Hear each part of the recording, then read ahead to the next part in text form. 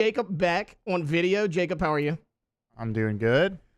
Alondra, how was Las Vegas? I gotta know. Las Vegas was good. How was the wedding? I know how the game went. We're gonna get into that in a minute. How was the wedding? The wedding was great. It was a lot of fun. Shout out to the happy couple. It wasn't like an Elvis wedding, right? Mr. and Mrs. Shaw. No, it wasn't an Elvis wedding. No Elvis at this wedding, but it's fine.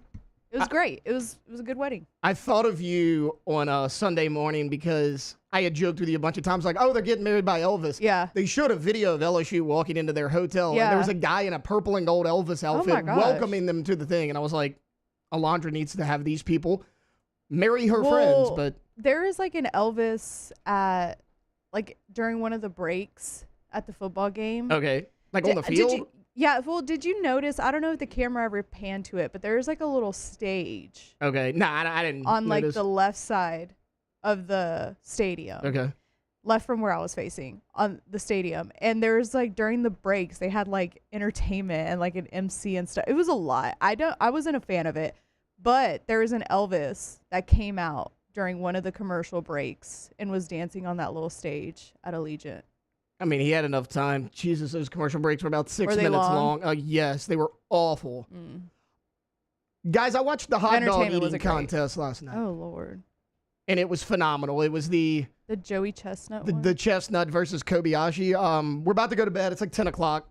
Wanted to get in bed a little bit early.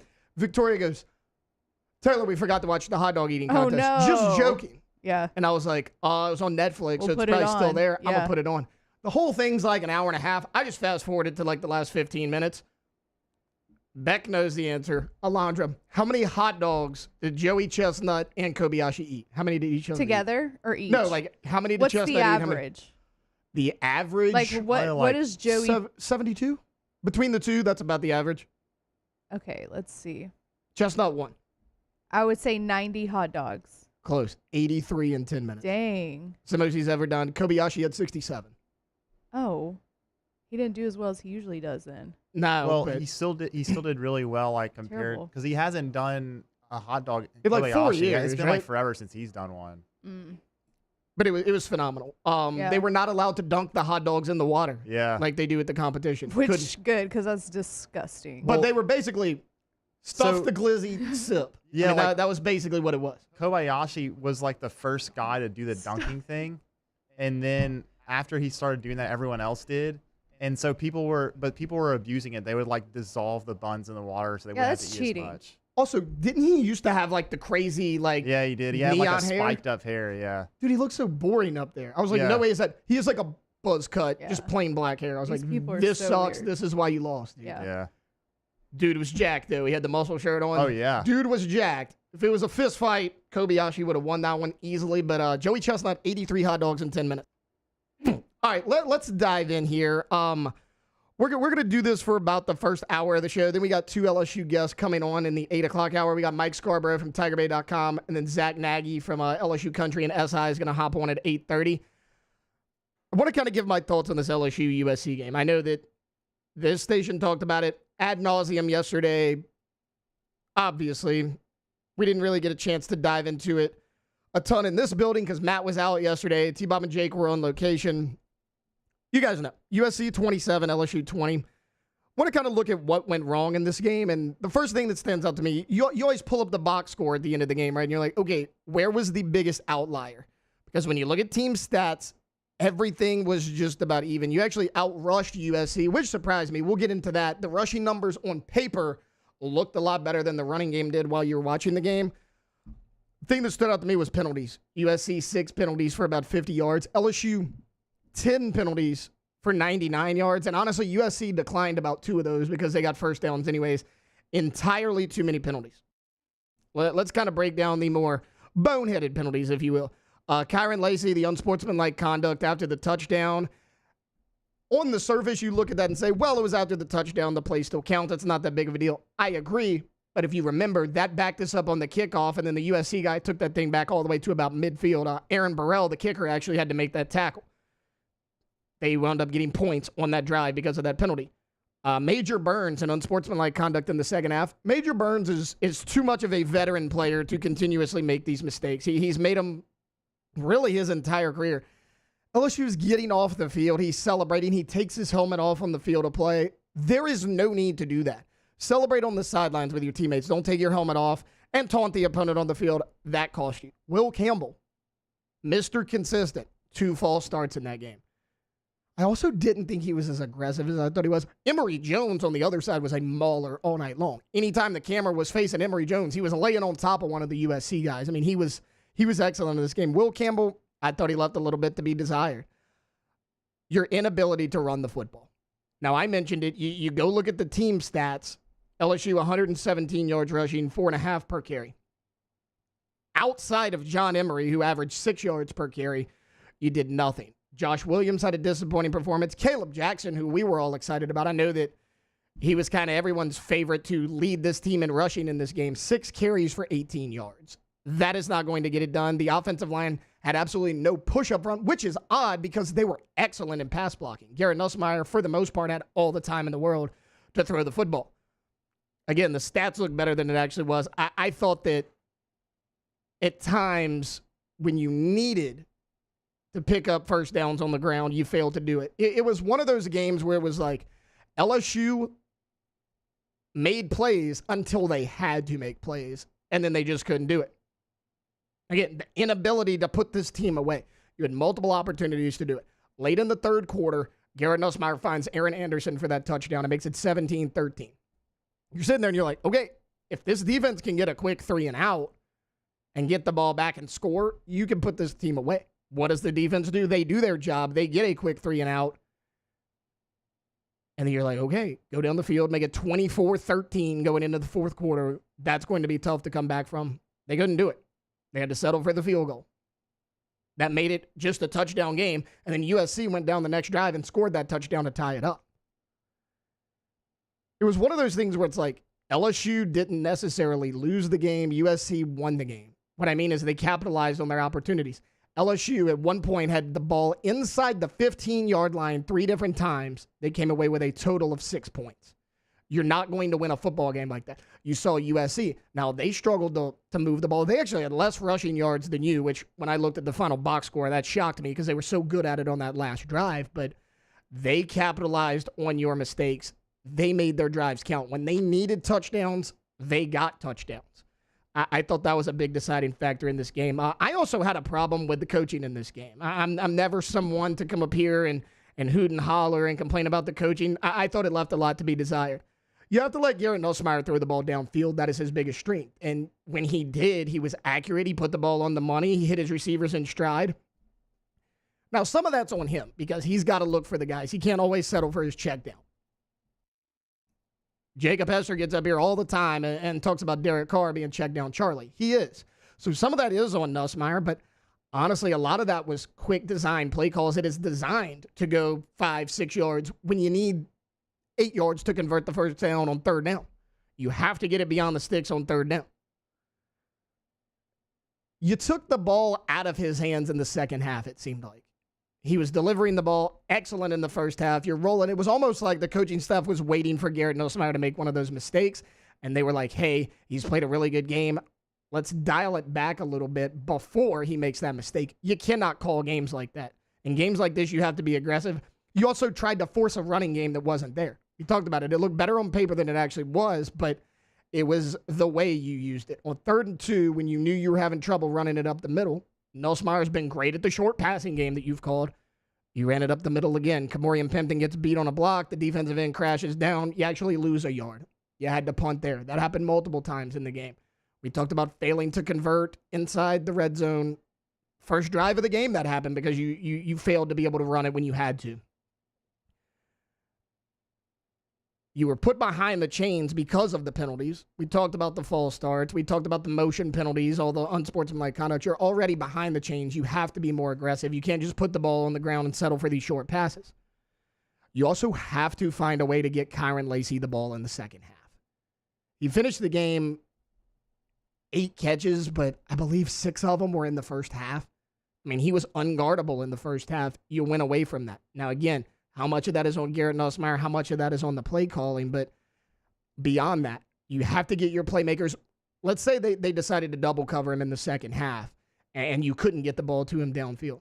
You got to run a jet sweep, a screen, something to get the ball in his hands. USC did a really good job in the first half of doing that with Zachariah Branch. Now, I thought Blake Baker's defense in the second half really adjusted to those screens, but they killed you with those screens. He had 5 catches at halftime. 4 of them were on screen passes. And, I mean, they all went for big yardage.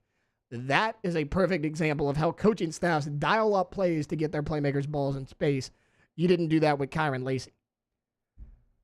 And before we go to break, Brian Kelly. I thought this game was a bad look for him, mainly because of how the game started. If you remember last year against Florida State, you elected to receive. First play of the game was huge. If you would have told me, hey, we're going to throw it to Trey Bradford out the backfield for like 65 yards, I would have said, okay, well, we're going to roll on that first drive. That's what you did against Florida State. You went down the field. You went for it on 4th and goal. You came away with 0 points. What did he do this year? The exact same thing. Brian Kelly wins the toss. He elects to receive. He goes down the field. He goes for it on 4th down, and you come away with no points. I'm not as concerned with going for it on 4th down as I am not deferring to the second half. Because when you defer the second half, you saw USC almost do it. Your defense was just able to stop them coming out of halftime. There's a higher potential of you doubling up the scoreboard, meaning you can score right before halftime. If you're able to do that, you get the ball in the second half. You could potentially double up your possessions before USC even touches the ball. In a tight game like this, those type of points matter. I was disappointed. You couldn't really hear it on the broadcast. Actually, Moscona's the one that brought it up post-game. That LSU actually won the toss. It was tough to hear on the TV broadcast. I thought that USC won the toss and deferred. The fact that Brian Kelly has done this 2 years in a row where you took the ball, you went down the field, you went for it on 4th down and didn't get it 2 years in a row was a little bit disheartening. Honestly, I thought Lincoln Riley outcoached him in the big moments in this game. I talked about him drawing up plays, getting the ball to his playmakers in space. I thought Lincoln Riley was excellent at that. I thought Brian Kelly played it a little bit safe. He played not to lose this game. Lincoln Riley went out there and played to win the game. And that's ultimately why they were victorious. My bigger question, and maybe the bigger concern, because USC, maybe they're a good football team. We were all upset last year about losing to Florida State the way we did. And what happened? They went out there and they went undefeated in the regular season, damn near made the college football playoff. They were a really good team a year ago. But why does it always feel like, for 3 years now under Brian Kelly. Now, we can go back 5 years because you hadn't won in 5 years, but specifically under Brian Kelly, why are you always underprepared in openers, and why are you always the less physical team in openers? I get it. I agree with his frustrations. He went in there in the post-game press conference and, hit his hand on the desk. Whether that was planned or in the moment is up for debate, but as far as being underprepared and out-physicaled in openers, that falls on you as the head coach. Maybe it's something as simple as, hey, my fall camp program is not tough enough for these guys. Hey, we have to reevaluate stuff. You have all offseason to be ready for the opener, and 3 years in a row, you were not. You did not look like the better team. You looked like you were out-coached, and you looked like you were out-physicaled, and it happened again on Sunday night. That's the biggest concern for me. Because if you play a good team in the opener, we talked about it, why is LSU playing these tough games in the opener? Look, they're coin flip games. Now, you were on the wrong side of them 3 years in a row under Brian Kelly, but my biggest concern is it seems like every single year you were the less prepared team in the openers, and that falls on Brian Kelly and the coaching staff. All right, look, we're going to take a quick timeout. When we come back, I want to kind of liven up the mood here in the studio. I want to look at some of the positives. We'll look at negatives as well, but we'll go positives and negatives, offense and defense from what we saw on Sunday. That's coming up right after this here on Off the Bench, 104.5 ESPN Baton Rouge. Off the Bench. Off the Bench with Hester and T-Bob. I want you guys to check out the Queen right here in Baton Rouge. That's right, guys. You may be like, the Queen team, I haven't been there in years. Well, guess what? We just renovated the entire thing, and it's incredible. The DraftKings Sportsbook that they have there, y'all, is such a great vibe to watch a game in and gamble and eat great food and have great drinks. 1717 has about 1,000 different televisions. And look, coming up this fall, we will get you the dates, but me and Jake, we've laid it out. I think about 4 different times. We're going to have some NFL primetime watch parties there. If you want to come kick it with Team OTB, have some drinks, have some great food. Again, you look, whatever you used to think of the Queen, it's completely different, okay? We have renovated everything from the ground up. Go check it out today. Great place to watch sports. Right over the Queen of Baton Rouge. Again, DraftKings Sportsbook app.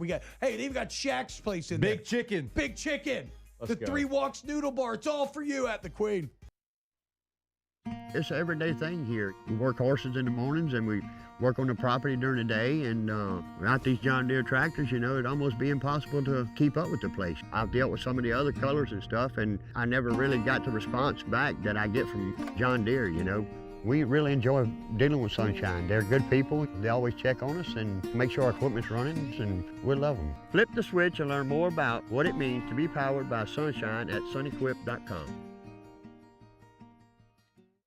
Gulf Coast Office Products is a nationally recognized Savin office equipment dealer based right here in Louisiana. Over 100 employees strong, Gulf Coast has the boots on the ground to support all vertical markets, from education, engineering, legal, and finance. With the latest in office technology, from desktop to production segment units, Gulf Coast and Savin have the perfect fit for you. Call 225-756-2644. That's 756-2644 for Gulf Coast Office Products. There it is, the extra mile, on the border of expected and extraordinary, for those willing to go further, like vans customized for work or play, with safety and tech to keep you connected, supported by a 5-star sales, service, and finance team, and backed by the 1-star you know. So go the extra mile. It's never crowded, because so few have what it takes to go there. Mercedes-Benz Vans.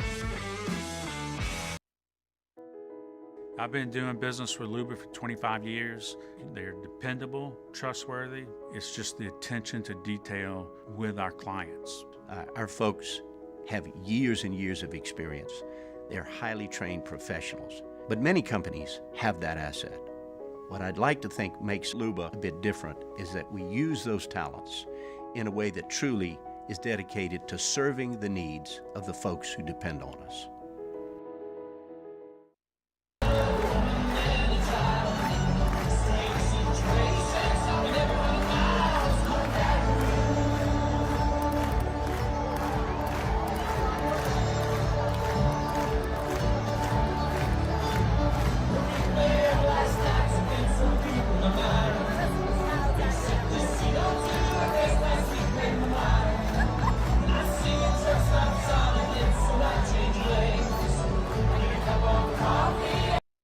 Dylan Cruz here to tell you about Six Rings Baseball and Softball Camp. If you live on the North Shore and play ball, go to Six Rings Camps with former LSU assistant coach Dan Canaveri. His knowledge is second to none, and your child will improve and have fun doing it. Camps were held at Coquille Park and Six Rings Academy in Covington with 4 sessions over the summer. Full day and morning only sessions are available from ages 7 to 13. Go to sixringsbaseball.com or call 985.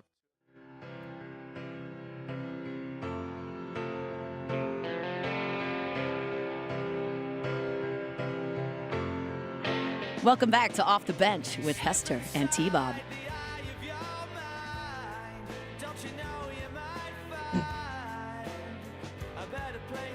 All right, welcome back into Off the Bench. Taylor Sharp sitting in for T-Bob Hebert, Jacob Hester, who needed a much-needed rest day from their time out there in Las Vegas. So you're going to be rocking with me for the remainder of the morning.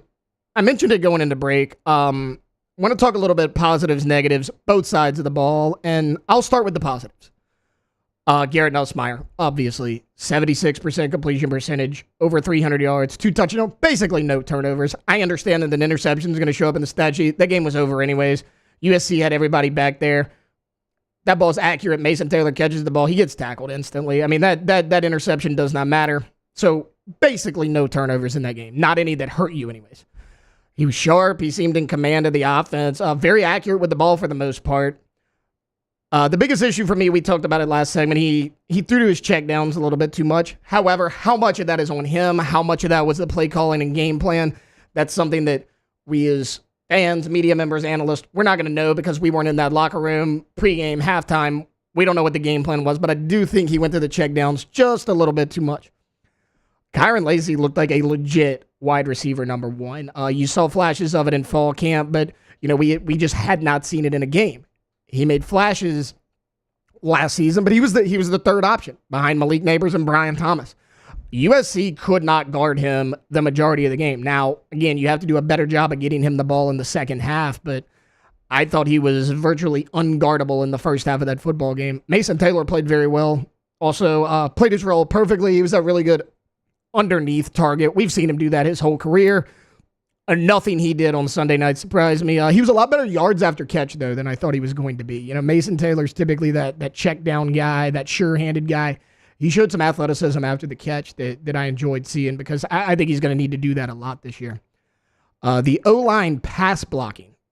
Nussmeier had a clean pocket for most of the night. I thought they handled the USC pass rush really well. They sent blitzes off the edge. They tried to send guys up the middle on pass rush. And for the most part, I thought the O-line handled it really well, as you would expect them to do, because they are considered one of the best offensive lines in all of college football. And my last positive, and probably the most surprising, was John Emery. I absolutely love what I saw from John Emery. He ran hard. He looked explosive. And not to say that John Emery is not an athlete. Look, anybody who listens to the show, I've made no bones about it. I have been very, very critical of John Emery during his time here at LSU just because of the inconsistency factors. We've seen flashes, then we've seen him go out there, put the ball on the turf, big turnover, big penalty that he commits, misses a block and pass blocking, but he was really good. And it's nice to see that because if you went out there during fall practice, he struggled a little bit, not with carrying the ball or fumbles or anything. His knee didn't look ready, but he looked ready on Sunday night. He was excellent. The biggest negative for me on offense, obviously, was the O-line run blocking and the run game as a whole. Again, I feel like you tried to force the issue a lot. You kind of tried to force a running game that was not there, and you took the ball out of Garrett Nussmeier's hands too many times. You were like, hey, this is working. The short passing game is working. Let's try something else. Let's go to the run game. You didn't need to do that. If you would have ran those short passes all game, you were moving the ball down the field. It was really when you tried to run the ball on short yardage situation, which is where you stalled out time and time again. Again, play calling wasn't the greatest. I think Joselin's really going to have to step it up next game, but the offensive line run blocking was not great. I talked about, Will Campbell coming into this game said, hey, we're going there to get in a fist fight. We're going to run the football. And I didn't think Will's run blocking was that great. Now, look, majority was up the middle. DJ Chester, it was his first start at center. I thought he had a little bit of a rough game, but it was his first start. That was to be expected. He was kind of the biggest question mark on this offensive line just because he was the only guy not a returning starter from a year ago. But, really across the board, I thought Emory Jones had a really, really good game at right tackle. Outside of that, everyone else on the O-line was really, really pedestrian. Want to move over to the defense here real quick. The defensive line really impressed me at times. A lot of people considered this going to be a big weakness coming into the season, but we saw flashes of what that unit could be. Blake Baker talked about it all offseason, all fall camp. He said this D-line is going to be greater than the sum of its parts, meaning you're not going to have one guy or two guys that are just dominant. But you got a nice rotation of about 5 or 6 guys who you feel good about that can all go in there, push the pile a little bit. Not a ton of elite pass rushers, but they can stuff the run up the middle. I thought the D-line did a really good job. Savion Jones was incredible in this game. You had 2 sacks. He had both of them. We wanted to see this last year. Last year, Savion Jones was considered, hey, he's going to be this breakout pass rusher. It wasn't. Now, we know everybody in that the Matt House defense a year ago really struggled. You got a much better defensive coordinator. He just seemed like he was playing on another level. I hated that Ashton Stamps gave up that late touchdown. It was the play where Major Burns jumped off sides. It was a free play, but they wound up scoring on it anyways. Because up until that point, I thought Ashton Stamps had a heck of a game. Even when he got beat, he would turn around, knock the ball out of the receiver's hands. I thought he was aggressive with it. I thought he did a really, really nice job in that game on Sunday. I hated that he gave up that touchdown, but outside of that play, I thought Ashton Stamps showed flashes of what he could be and what the staff has told us that he could be. P.J. Woodland looked really good when he came in for Sage Ryan. He got beat a few times. He's a freshman. He looked like a really talented, really long freshman, and that's what he is. He made some nice plays.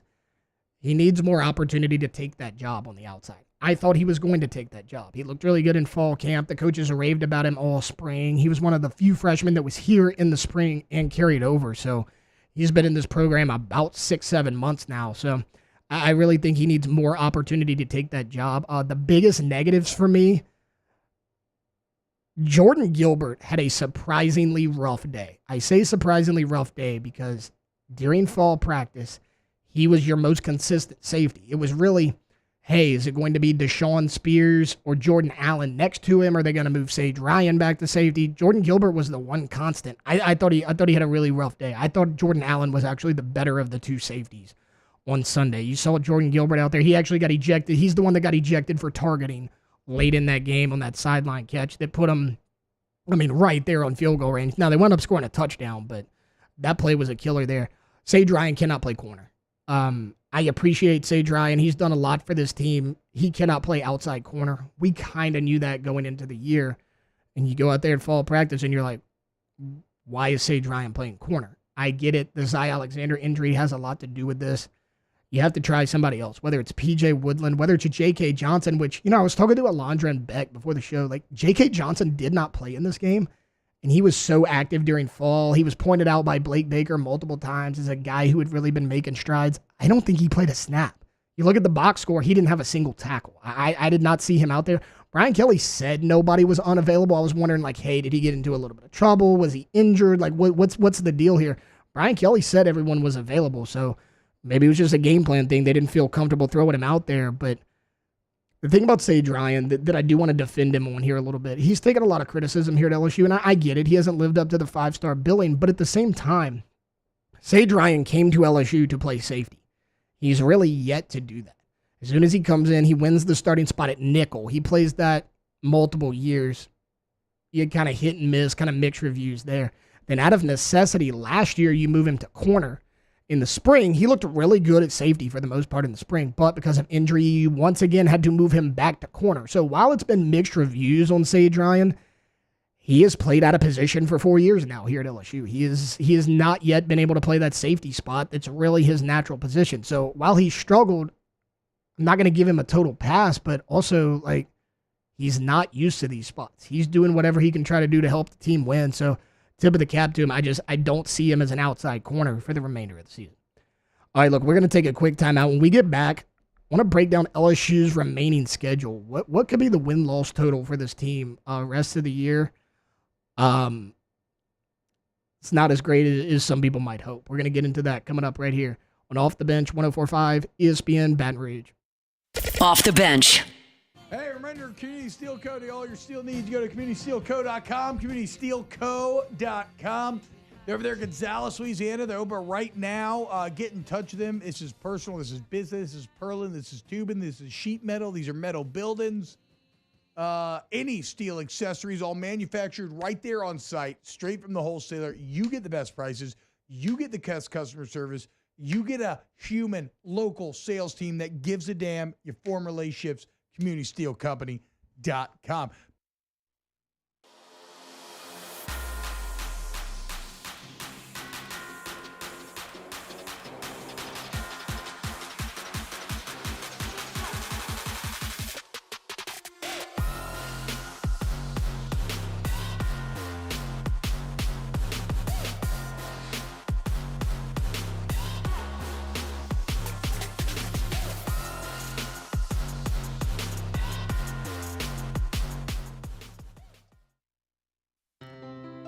When it comes to ending cancer, we push forward, always working together for you. That's why our cancer experts at Ochsner have clinically integrated with MD Anderson Cancer Center. This means advanced cancer care, including access to life-saving clinical trials and integrating care to treat the whole you. Introducing Ochsner MD Anderson Cancer Center. Long live you. Breck teamed up to reimagine your parks, and you imagined big. With your help, we went to work, creating 12 beautiful community parks across the parish. A family-sized water park, miles and miles of trails, and parks just for your dogs. There are more places to splash, to explore, to run wild, and even soar. You imagined, we delivered. Gold. Breck, your #1 park system in the nation. Electricity is all around us, and our families depend on it. Every day is sparked by the power of a cold drink or a warm meal, a movie night, and a comforting light at the end of a dark hallway.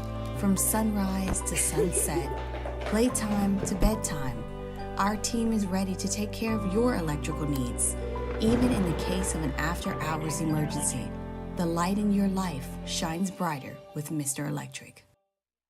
Hey, it's Matt Moscona. For years, you've heard me tell you about Insurance Network of Louisiana, helping you find better coverage for less money. But it's not just for your home and auto. They also offer commercial properties. So, retail stores, professional offices like doctors, dentists, attorneys, clothing boutiques. Insurance Network of Louisiana can find you better coverage for less money. They service the entire state of Louisiana, and they're local. So call today at 293-0450 or lainsurance.net. Jerry and Benny Payne began Central Plumbing Company out of their driveway in Tanglewood subdivision. 50 years later and 4 generations down the road, we continue to serve Baton Rouge and the surrounding areas for all of their plumbing needs. Residential, commercial, industrial, or hospitality, Central Plumbing is here 24/7, 365. We want to thank our customers, family, and friends for 50 years of success.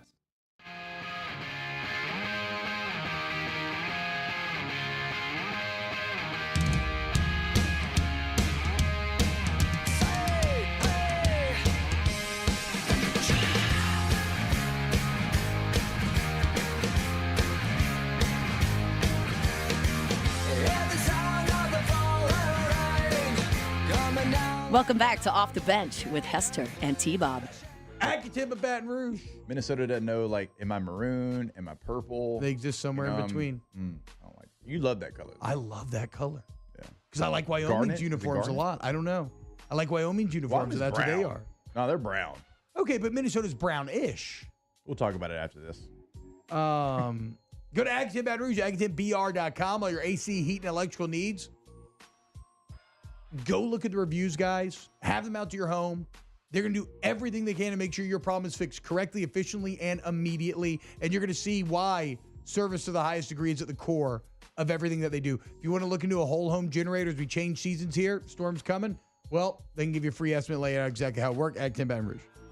Go to the website today, schedule that appointment, know exactly who's coming into your home as well. Going to send you a full profile of who's coming into your home. Book it today, AccutinBR.com. All right, welcome back into Off the Bench. Look, we teased it before we went into break just then. I want to kind of look rest of the season outlook for the LSU Tigers. Coming into the season, we all thought, hey, 9-3 or 10-2, depending on how this schedule falls. That was kind of unanimous across the board. Guys, I'm going to be honest with you. 9-3 is the absolute ceiling, and I'm not 100% sure LSU gets to 9-3. I hate to be that way after a loss. People are going to say, oh, well, Taylor, you're just overreacting. But, I mean, guys, let's just go game by game. You're going to get a win against Nichols on Saturday.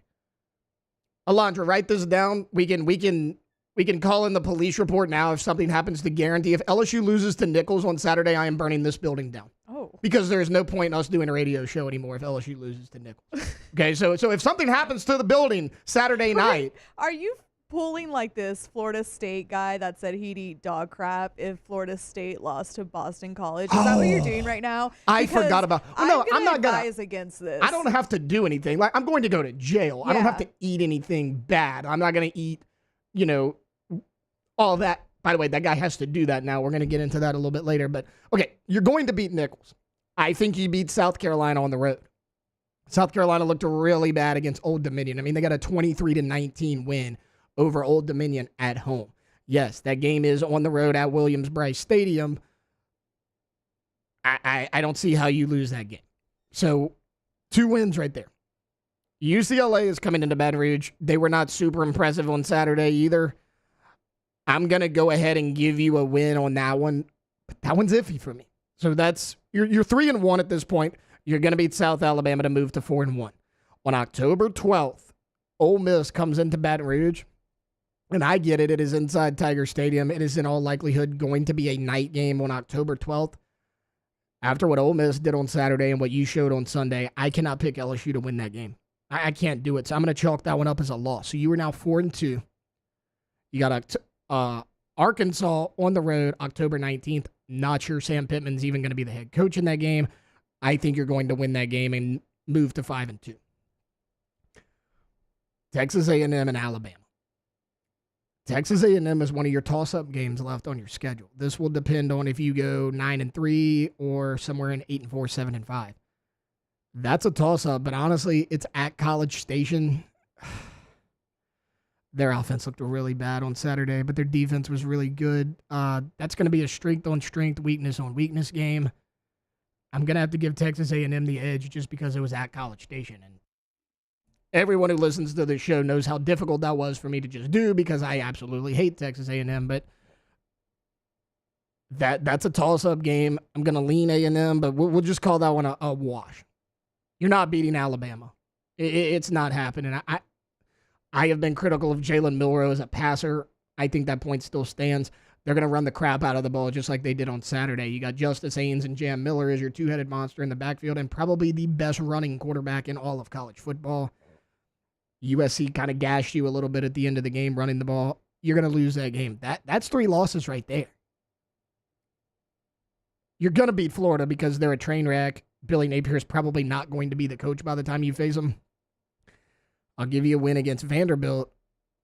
So you're at 7 wins right now. We're taking out the Texas A&M game. Oklahoma might be another toss-up as well. So I'll tell you what we'll do. We'll split those games. We'll say you beat Oklahoma because you're at home. We lose to A&M on the road. That's an 8-4 finish. And you could possibly be 9-3 if you beat A&M or 7-5 if you lose to A&M and Oklahoma. There's a lot of possibilities in this game. We'll split it, go down the middle, and go 8-4. That does not inspire a lot of confidence in me, and that would be a major step back for this program.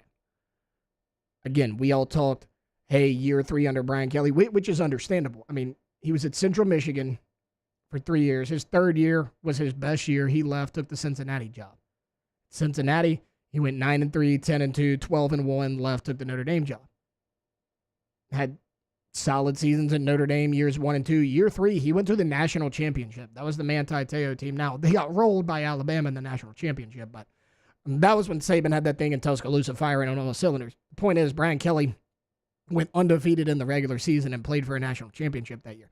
All of those are year 3s.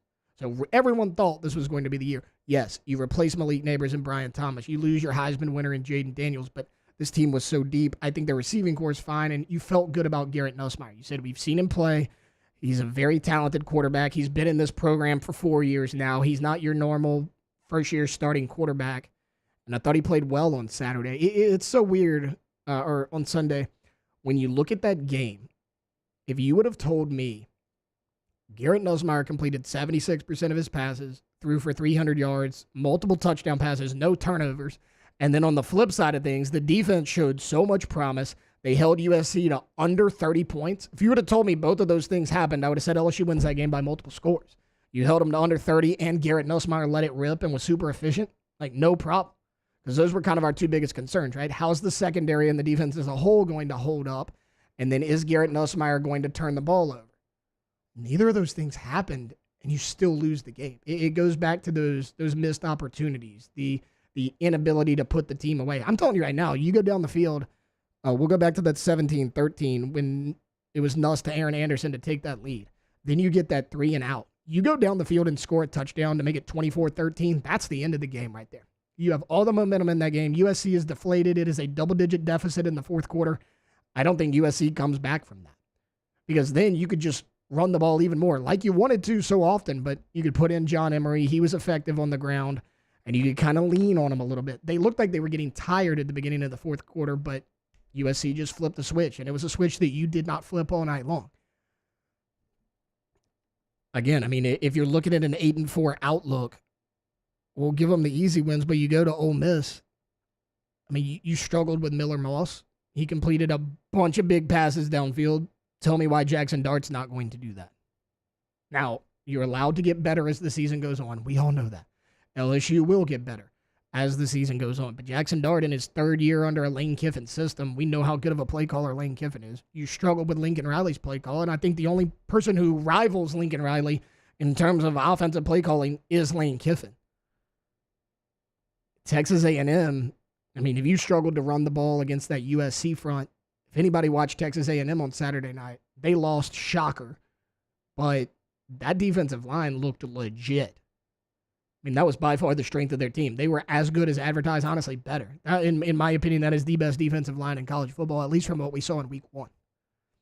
You're going to struggle against that team. Now, I think their secondary at A&M is vastly overrated. They did not impress me at all on Saturday. So maybe there's an opportunity for Garrett Nussmeier there in the passing game. But look, you're going into College Station. That's a hostile environment.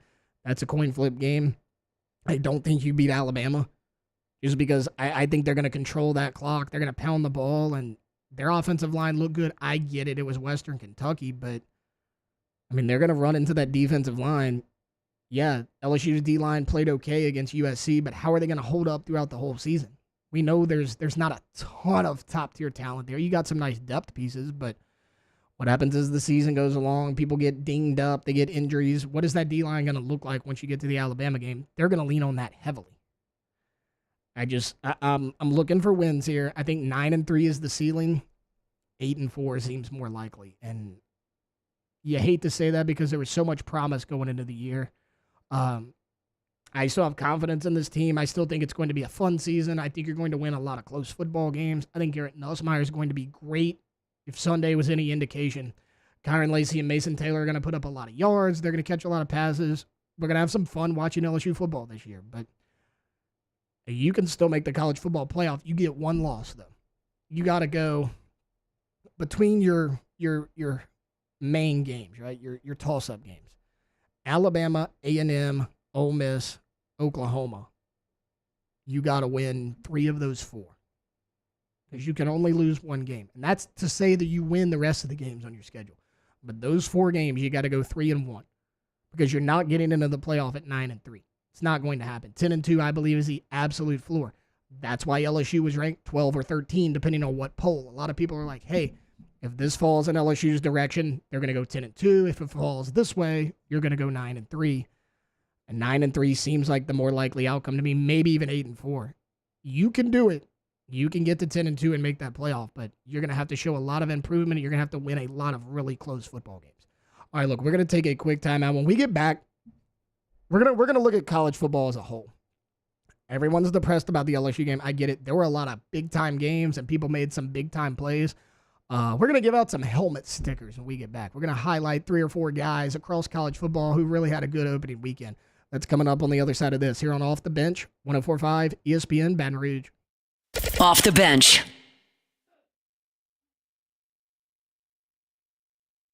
Tommy's Windows, Doors, and Siding. GEAUXTommys.com. GEAUXTommys.com. Go to Tommy's today for your Hardy plank, vinyl siding, wood or vinyl windows, any type of door. Take advantage of Tommy's near 30 years in this game, guys, where, for 20 of those years, he worked for somebody else, learned the game top to bottom, said, there's some stuff I do differently. So he done struck out on his own, and he done made it, and that's why they're so successful. Tyler partners with OTB, because their customers are so satisfied. Winners of the Angie Service Award every year. They've been in existence. Super Service Award. So I'm so confident in Tommy and his licensed, bonded, and insured team. Go get you a free estimate and make them one of the bids in your project and let them show you why they are the answer for your next big deal. So when you go to the website, you'll see exactly the work that they can do, but always remember, right, if you have a custom job, they can come out and they can give you that as well. Go check it out online, gotommys.com. Bayou Chrysler Dodge Jeep Ram has back-to-school savings like $16,000 off 25 Ram 1500 trucks. We're open for business in our beautiful new showroom and taking $16,000 off. All new Bayou vehicles come with a complimentary extended warranty. The crew at Bayou Automotive is going to do right by you. Gulf Coast Office Products is a nationally recognized Savin office equipment dealer based right here in Louisiana. Over 100 employees strong, Gulf Coast has the boots on the ground to support all vertical markets, from education, engineering, legal, and finance. With the latest in office technology, from desktop to production segment units, Gulf Coast and Savin have the perfect fit for you. Call 225-756-2644. That's 756-2644 for Gulf Coast Office Products. Gulf Coast Bank and Trust is giving our customers the power to bank anywhere, anytime during this challenging event. And we're right there with you. Our mobile banking app is a smart way to manage your money and time. Gulf Coast Bank and Trust, the bank that cares about you. It's no secret. The best oysters in Baton Rouge are at Jolie Pearl Oyster Bar. Enjoy mouth-watering South Louisiana flavor and oysters from all over the country. And don't forget our nightly drink specials.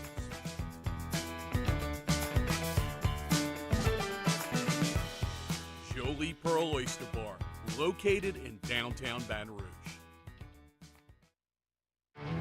There it is, the extra mile, on the border of expected and extraordinary, for those willing to go further, like vans customized for work or play, with safety and tech to keep you connected. Supported by a 5-star sales, service, and finance team, and backed by the 1-star you know. So go the extra mile. It's never crowded, because so few have what it takes to go there. Mercedes-Benz Vans. I've been doing business with Luba for 25 years.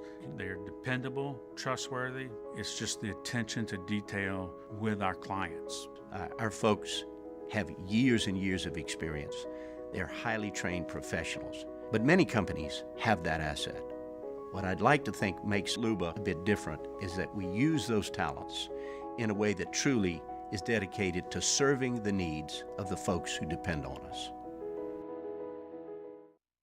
Dylan Cruz here to tell you about Six Rings Baseball and Softball Camp. If you live on the North Shore and play ball, go to Six Rings Camps with former LSU assistant coach Dan Canaveri. His knowledge is second to none, and your child will improve and have fun doing it. Camps are held at Coquille Park and Six Rings Academy in Covington with 4 sessions over the summer. Full day and morning only sessions are available from ages 7 to 13. Go to sixringsbaseball.com or call 9.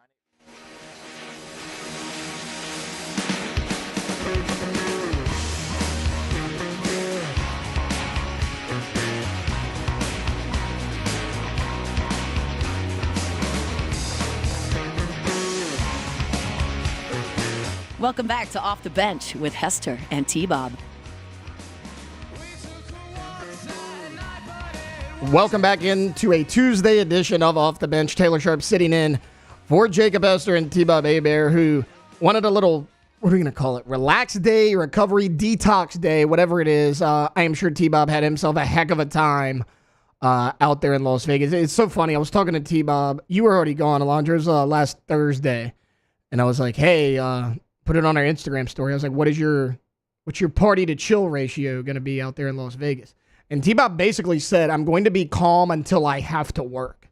He's like, oh, I'm not doing anything. Come time for game day and whiskey and wine, it's going down. And I was like, most people are like, I got to recover to work for the night before. No, T-Bob got drunk like for work. Like he's a unique individual, and that is why we love him. All right, look, I teased it a little bit. Do you guys remember, Beck, you might, because I think you're a little bit older than me. Do you remember the old college football final show? It was Reese Davis was like the judge, and he had Mark May and Lou Holtz on one side. Oh, yeah. First off, used to love that show. Hate that they got rid of it. They used to give out helmet stickers. They're like, I'm going to give a helmet sticker to this guy. We're going to give out a little bit of helmet stickers here. There are 3 guys that I want to highlight because I thought their performances were absolutely incredible. The first guy I want to look at, it's a guy that we have talked about on this show a lot, Teteroa McMillan, the wide receiver from Arizona. He's coming off of that big junior year. He's a preseason All-American projected first-round pick. He did nothing on Saturday to hurt any of those projections. 10 catches, 304 yards, and 4 touchdowns against New Mexico. Now, you're probably thinking, okay, that was against New Mexico. They are 0-2. Somehow, I have watched both New Mexico games so far this season. New Mexico is an 0-2 team, yes, but they are a competitive 0-2 team. Devin Dampier, the quarterback at New Mexico, one of the better dual-threat quarterbacks in college football. He's only a true sophomore. He played last year as a freshman. This is his second year in the program.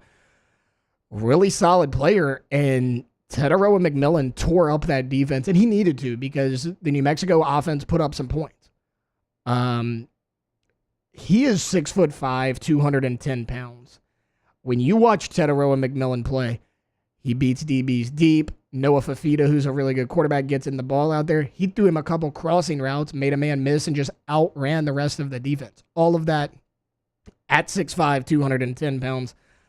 I had heard a lot about Teteroa McMillan a year ago. This is my first time watching a full game. Because a lot of times, Arizona, one of the West Coast teams, they're not on until like 10 o'clock at night. I'm, wrapping up an LSU game, getting home from an LSU home game. Saw bits and pieces of Teteroa McMillan. This is my first time watching a full game. He's actually better, I think, than he was advertised coming into the year, if that's even possible. The second guy I want to highlight, Ashton Jeanty. Hester talked about this guy a little bit yesterday. Boise State needed all of his touchdowns against Georgia Southern.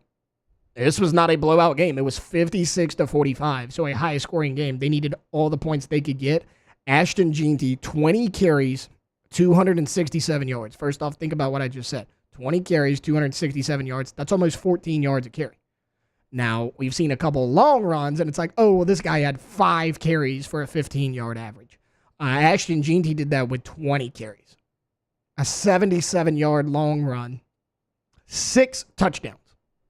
So 42 of the 56 points were scored because of Ashton Jeanty. And again, they needed it. They had a little bit of a quarterback battle coming into the year between Malachi Nelson and Maddox Madsen. Maddox Madsen won that competition. He was okay. 22 of 31, 280 yards, a touchdown and an interception. But 267 yards and 6 touchdowns on only 20 carries. That is absolutely phenomenal. And again, they needed it because the Georgia Southern offense passed.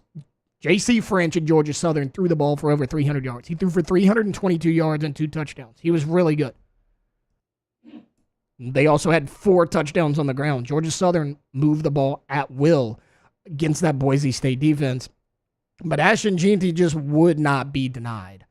The last guy I want to highlight, Beck, if you have the doc pulled up, get this video ready. I should have told you during break. Rob Carter, the defensive back from Robert Morris, had, in my opinion, the best interception we've ever seen in college football. Like you can go ahead and play it at any time. We saw the catch from the USC wide receiver. I think this tops it in a big way. If you didn't see it, you see it right here on the screen. Watch this interception. I have never seen anything like that. That is the greatest interception I've ever seen. If that's not you can go ahead and end catch of the year, interception of the year, whatever you want. You can go ahead and end the conversation right now. That's it.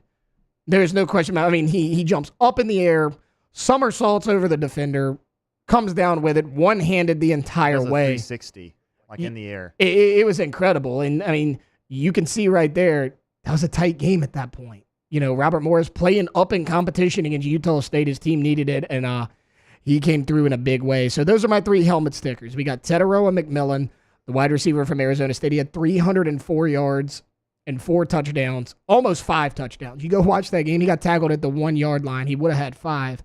Ashton Jeanty, 267 yards and 6 touchdowns on the ground in that high-scoring win over Boise State. And then Rob Carter Jr., the DB from Robert Morris, against Utah State. He had the greatest interception that I have ever seen.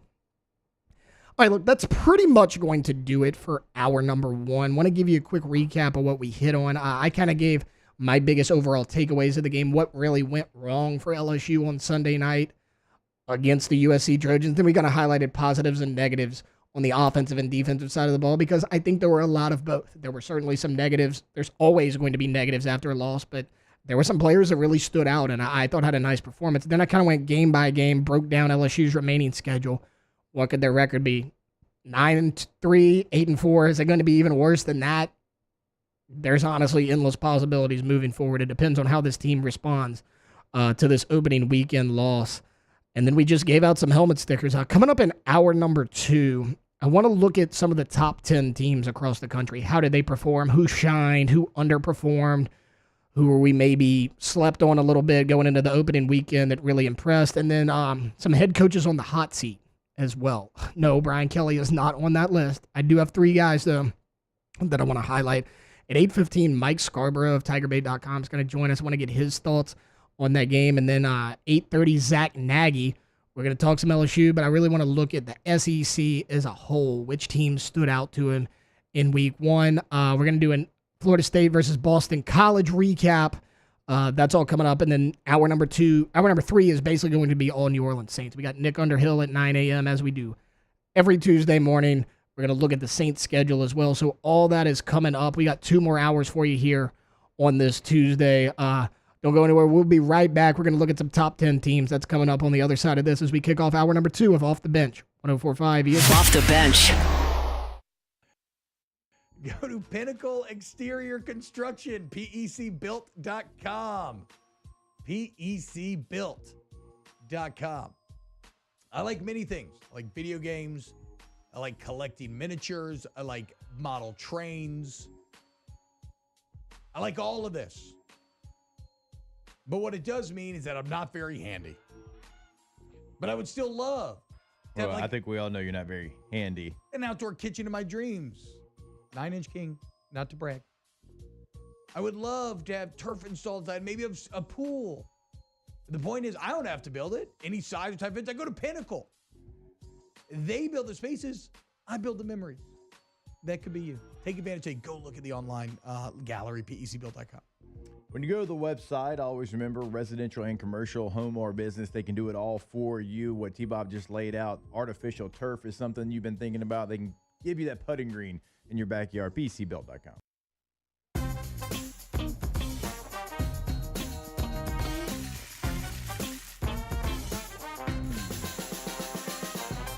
The best kept secret in town is out. Discover Tallulah at the Renaissance Hotel on Bluebonnet. We're Rev Business, a local provider with nearly 90 years of experience. So when it comes to business in Louisiana, we know that personalized service is key. And we're here to go the extra mile with all fiber solutions that deliver what every business needs: reliability and quality. We're not just providers. We're the local team dedicated to helping you succeed. True partnerships are homegrown. Rev Business, internet, phone, managed services. Visit us at letsrev.biz.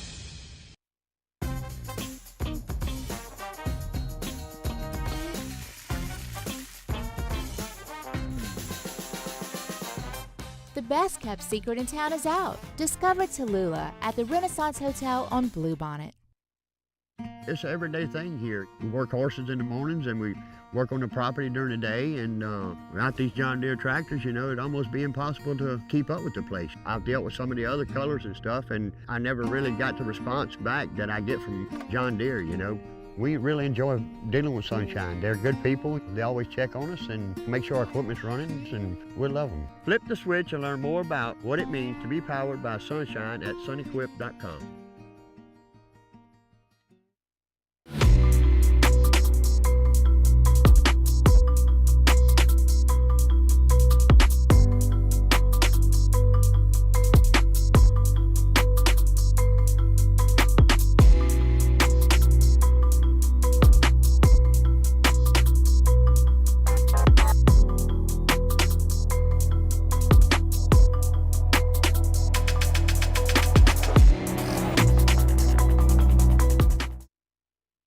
Gulf Coast Office Products is a nationally recognized Savin office equipment dealer based right here in Louisiana. Over 100 employees strong, Gulf Coast has the boots on the ground to support all vertical markets, from education, engineering, legal, and finance. With the latest in office technology, from desktop to production segment units, Gulf Coast and Savin have the perfect fit for you.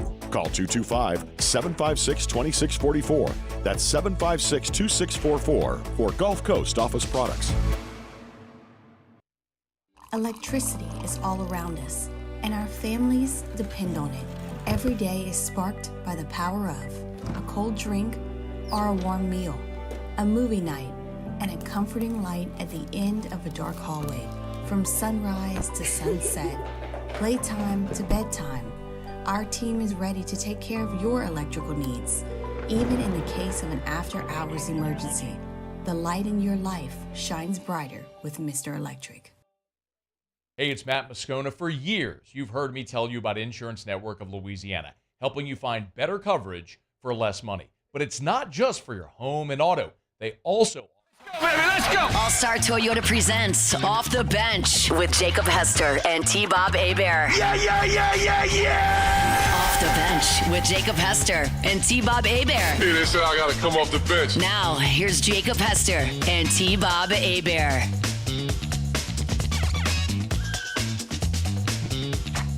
All right, welcome back into hour number 2 of Off the Bench. Look, hour number one, it was a little depressing for me. We want to apologize about that, but we do got to recap the LSU game. Right now, I want to stick with college football. Want to kind of go more national picture. Look at teams in the top 10. Who performed well, which team shined, who maybe underperformed a little bit.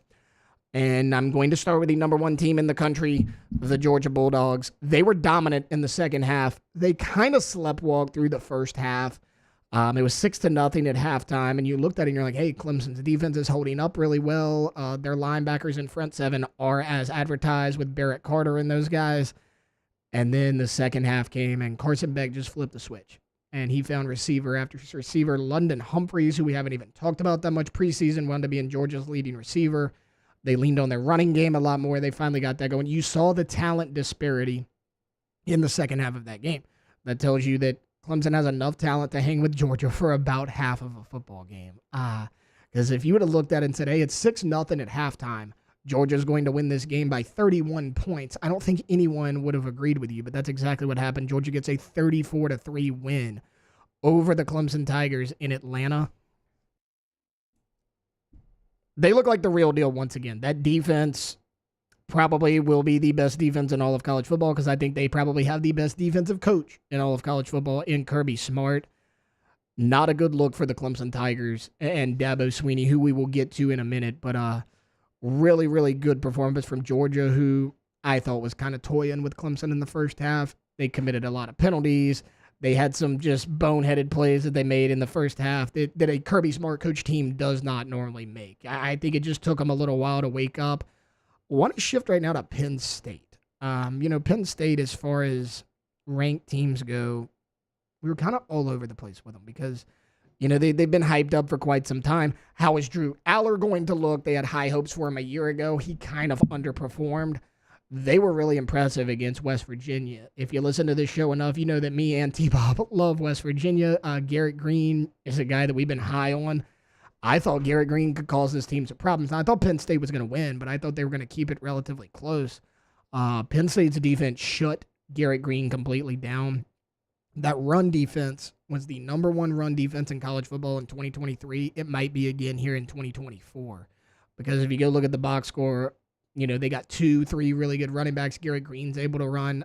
They averaged less than 4 yards per carry and were pretty much shut down the entire game. They tried to force Garrett Green to throw it deep, and Garrett Green is a great passer. I think he's going to continue to progress as the season moves along, but when you any dual threat quarterback, you take away their ability to run, you cut their playmaking in half. He's not a guy that's just going to stand back there in the pocket. He likes to move around a little bit, but that pass rush was so all over him all night long that he was unable to do that at a consistent basis.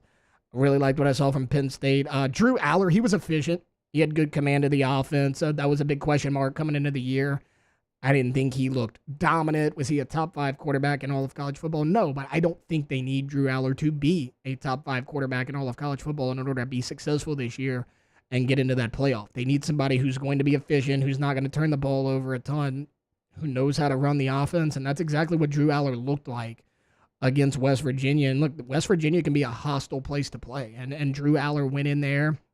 He was calm, he was poised, and he made it happen for the Nittany Lions offensively. I was very impressed with what I saw from the Penn State Nittany Lions, really on both sides of the ball. We can go ahead and preview this segment now. Coming up at 9:30, me, Alondra Beck, we're going to do right, wrong, and indifferent. If you guys remember last football season, this was something Hester brought up. He's like, I want kind of an accountability segment. Far too many times, you see people in our position, more on the national media level, always want to talk about what they got right, never what they got wrong. So we're going to do right, wrong, and indifferent. We're going to pick something we were right about, something we were wrong about, something indifferent. It's still up in the air after week 1. I'm going to go ahead and kind of tease one of the ones that I have. Miami was excellent against the Florida Gators. I thought this was going to be a coin flip game. I thought it could be competitive. Kind of thought Miami was going to win, but Miami absolutely blows the doors off of the Florida Gators. It was a game that was never close. Their defense looked elite. We had heard about their defense in the offseason, but you look at Miami. I was talking to somebody yesterday. I was like, kind of coming into the season, Miami's kind of the Notre Dame of the South, right? They're always hyped up based on what they've done historically. and they always kind of underperformed. I was kind of one of those people coming into the year that was like, I need to see it from Miami first. Now, they played a Florida team who I do not think is going to be very good. We'll get into them here in just a few minutes. But Cam Ward is as good as advertised and maybe better. I just talked a second ago about Drew Aller going into West Virginia in a hostile crowd and looking calm. I don't think anyone did that on the road better than Cam Ward did on Saturday. The Swamp is a tough place to play. They get loud over there in Gainesville, and Cam Ward was just standing back there, casual, just looked like he was playing pitch and catch with people in the backyard. At no point in this game did I think the moment was too big for Cam Ward. He looked as good as advertised, and honestly, maybe better. A team that was not impressive, that really everyone across the board has been high on, is the Oregon Ducks. They really struggled against Idaho. They get a 24-14 victory over the Idaho Vandals. And, I talked about earlier LSU's loss being kind of a weird game because if you would have told me Nussmeier threw for all these yards and the defense did that, LSU wins this game. This was a weird game because Dylan Gabriel was actually really good. 41 of 49, 380 yards passing, no turnovers. Now, he did have just 2 touchdown passes, but it was one of those things where they would get inside the red zone. They would stall out a little bit. Now, the Oregon defense is what you expected. Obviously, they're under Dan Lanning. They're going to have a good defense. He's had a good defense since he's been there. Oregon's main problem is they could not run the football, which is concerning because Gabriel can run, but Bo Nix's athleticism last year was a little bit underrated. He took off and run, and he would pick up a lot of those tough yardage, those crucial third downs, pick up the first down, move the sticks. That's something we don't really talk about enough. They could not do it on Saturday against Idaho. Now, they also lost Bucky Irving, who I think was really underrated. That was a bigger loss than most people considered, but rightfully so, they downplayed that loss because they still have Jordan James, who had 700, 800 yards rushing last year as the number 2 behind Bucky Irving. So you're like, okay, Jordan James showed he can be efficient running the football. They're still going to have a good offensive line. The offensive line didn't look good, and Jordan James didn't look that great either. They averaged 2.9 yards per carry on Saturday. That's not going to get it done. I mean, I was somebody who was like, I think Oregon should be ranked ahead of Ohio State. I think they have a better quarterback. I think they showed me a little bit more a year ago. I trust Dan Lanning. They did not look like the number 3 team in the country. You're playing in a Big Ten where people love to run the football. They love to be physical. You cannot average 2.9 yards per carry against Idaho and expect to go into the Big Ten and win anything significant. I get it, a little bit of a week 1 overreaction, but I mean, if all things continue and they're going to make Dylan Gabriel throw that ball 50 times a game, I don't know how sustainable that is in a really, really tough and really competitive Big Ten this year. Before we go to break, we got a few minutes left before we need to catch us a break. I want to look at some college football coaches on the hot seat. And there's 3 in particular I want to highlight. No, Brian Kelly is not on this list, at least not yet, guys. The first one is obvious to anyone who even has a pulse of what is going on across college football. It's Billy Napier. Again, I thought this could be a little bit of a tight game. I knew it could go either way. This was not competitive at all. Montrell Johnson was the only bright spot for this team. And outside of that 71-yard touchdown run that he had, he was quiet as well. Now, when you look at Graham Mertz, there was a lot of hype around Graham Mertz coming into the year because he kind of overperformed a year ago, right? We looked at Florida a year ago and we were like, Graham Mertz was the best you could do as far as a transfer quarterback, and he kind of exceeded expectations. He surprised a lot of people. So coming into this year, everybody's like, hey, it's his second year in the Florida program. He's going to take a step.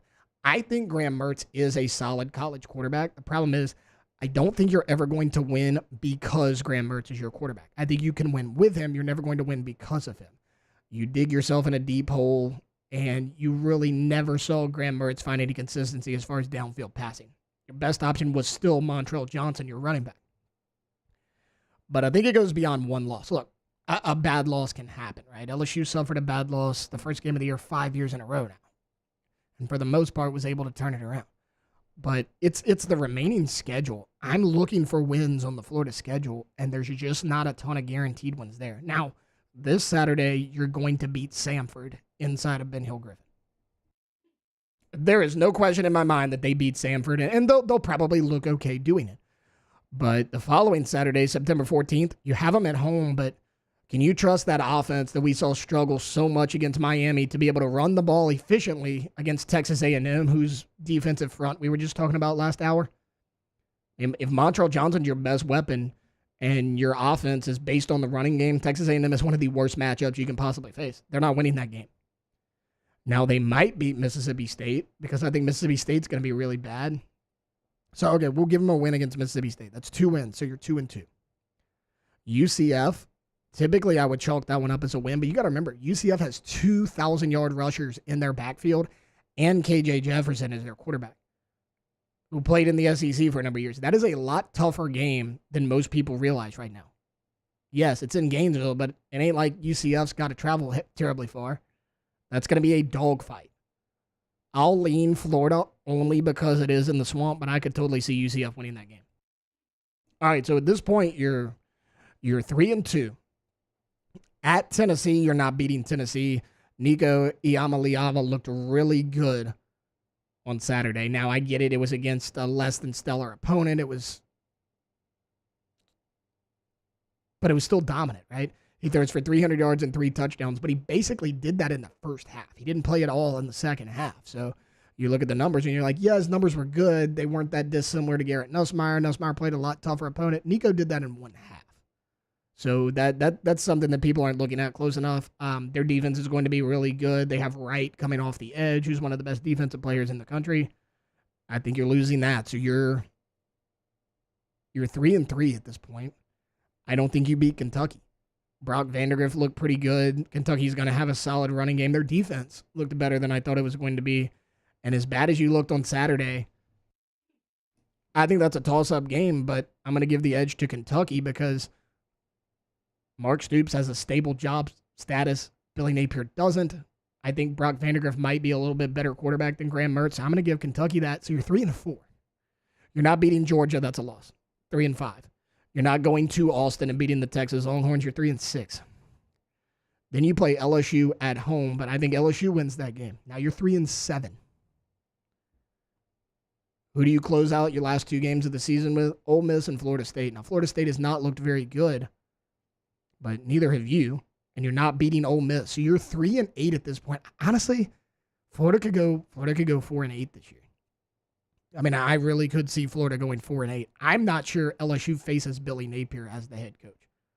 Because if you're 3-6 at that point, your program is on a downward spiral. It is not on the upward trajectory that you thought it was going to be. And you got Ole Miss, LSU, and Florida State to close out the season. I think they move on from Billy Napier after Georgia. If not after Georgia, definitely after Texas. If the season goes how I think it's going to go. And then the last one I want to highlight is Shane Beamer.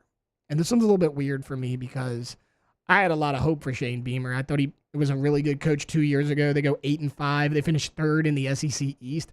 Take a big step back last year despite having some talent. You bring in Spencer Rattler. Everyone expected big things. Rattler did what he could behind an abysmal offensive line. You go 5-7. Now you get a win, but you struggled really, really bad against Old Dominion, who's not a great football team. You get a 23-19 win, and it's the same thing. Like, who are they going to beat in conference? I mean, they got Kentucky at Kentucky. Kentucky's going to win that game, I think. Yeah, I don't think you're beating LSU. You're not beating Ole Miss, Alabama, Oklahoma, A&M. I would say Vandy, but they looked really good against Virginia Tech. You're not beating Missouri. And then you finish your season against Clemson. There's a chance that South Carolina does not win a single conference game. And if that happens, Shane Beamer is gone. He will no longer be the head coach of this program. I like Shane Beamer. I think he's a good coach, but something has gone very, very wrong at South Carolina, and I don't think he's going to be there very long. All right, look, we're going to take a timeout. Coming up on the other side of this break, Mike Scarborough of TigerBait.com is going to join us. Mike is very well connected. He puts out a ton of great content at TigerBait.com. I want to kind of get his thoughts on what he saw on Sunday between LSU and USC. That's coming up next here on 104.5 ESPN Baton Rouge. Off the bench. Go to Pinnacle Exterior Construction, PECbuilt.com. PECbuilt.com. I like many things. I like video games. I like collecting miniatures. I like model trains. I like all of this. But what it does mean is that I'm not very handy. But I would still love to have Well, I think we all know you're not very handy. an outdoor kitchen in my dreams. 9-inch king, not to brag. I would love to have turf installed inside, maybe a pool. The point is, I don't have to build it. Any size or type of fence, I go to Pinnacle.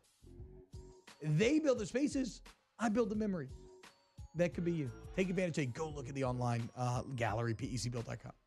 When you go to the website, always remember residential and commercial, home or business, they can do it all for you. What T-Bob just laid out, artificial turf is something you've been thinking about. They can give you that putting green in your backyard, pcbuild.com.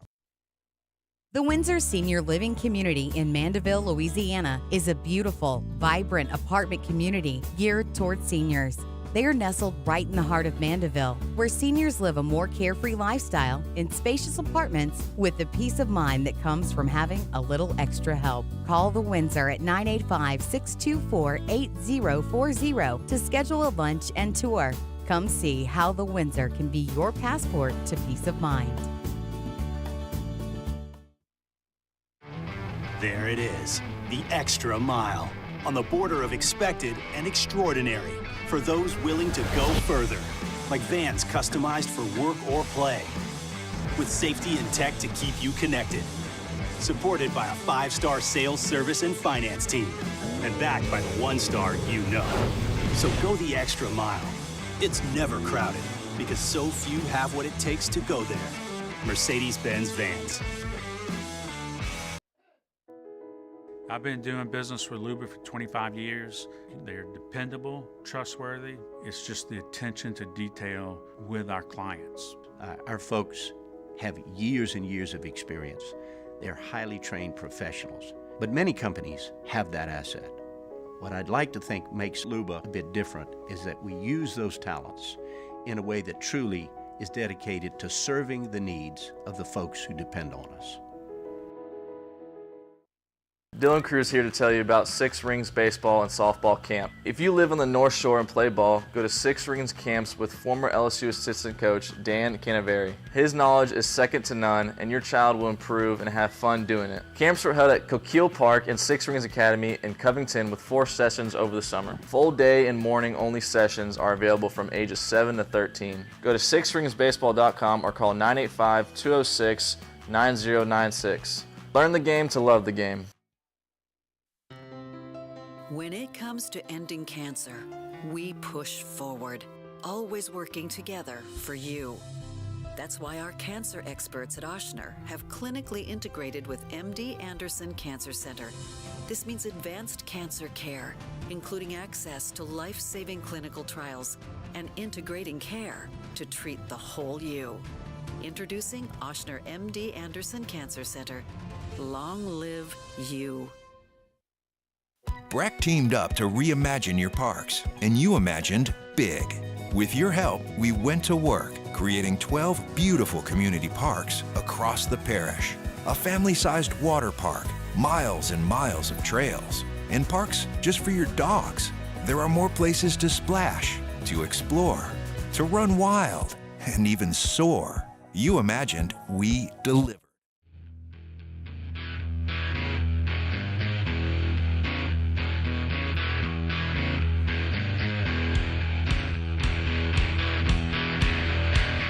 Welcome back to Off the Bench with Hester and T-Bob. All right, welcome back into a Tuesday edition of Off the Bench. Not Hester and T-Bob. Taylor Sharp sitting in for Jake and T-Bob. They are out today. They will be back tomorrow. Teased it a little bit before that quick timeout. Want to bring in my guy Mike Scarborough right now with TigerBait.com. Mike, how are you this morning? Hey, doing good. Just I'm anxious to see what BK has to say midday today. Yeah, I will be there right there next to you more than likely. Mike, let's just kind of, broad question to get things started. What was your biggest takeaway from game one? There was certainly multiple deja vu moments in that game Sunday night, just as reminders of the previous 2 openers.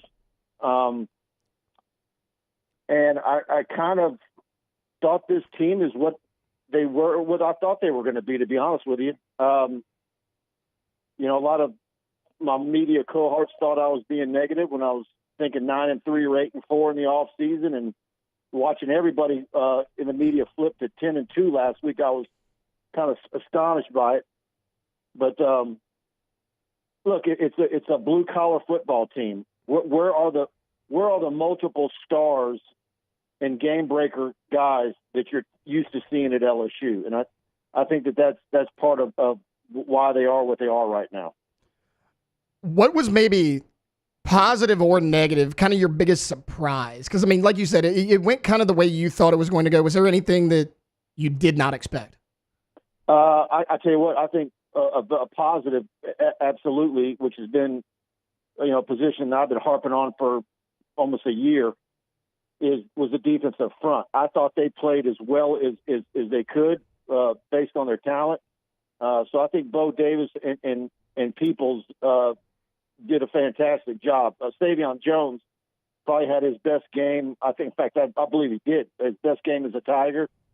I like what we saw to Swinson and everybody up there. So, it wasn't Jacoby and Guillory that got you an unsportsmanlike conduct calls. It was your skill guys. Yeah, no, I mentioned that, to open the show, that like the defensive line that a lot of people thought was going to be a big question mark was one of the brighter spots on Sunday. Mike, as far as offensively goes, what kind of stood out to you on that side of the ball?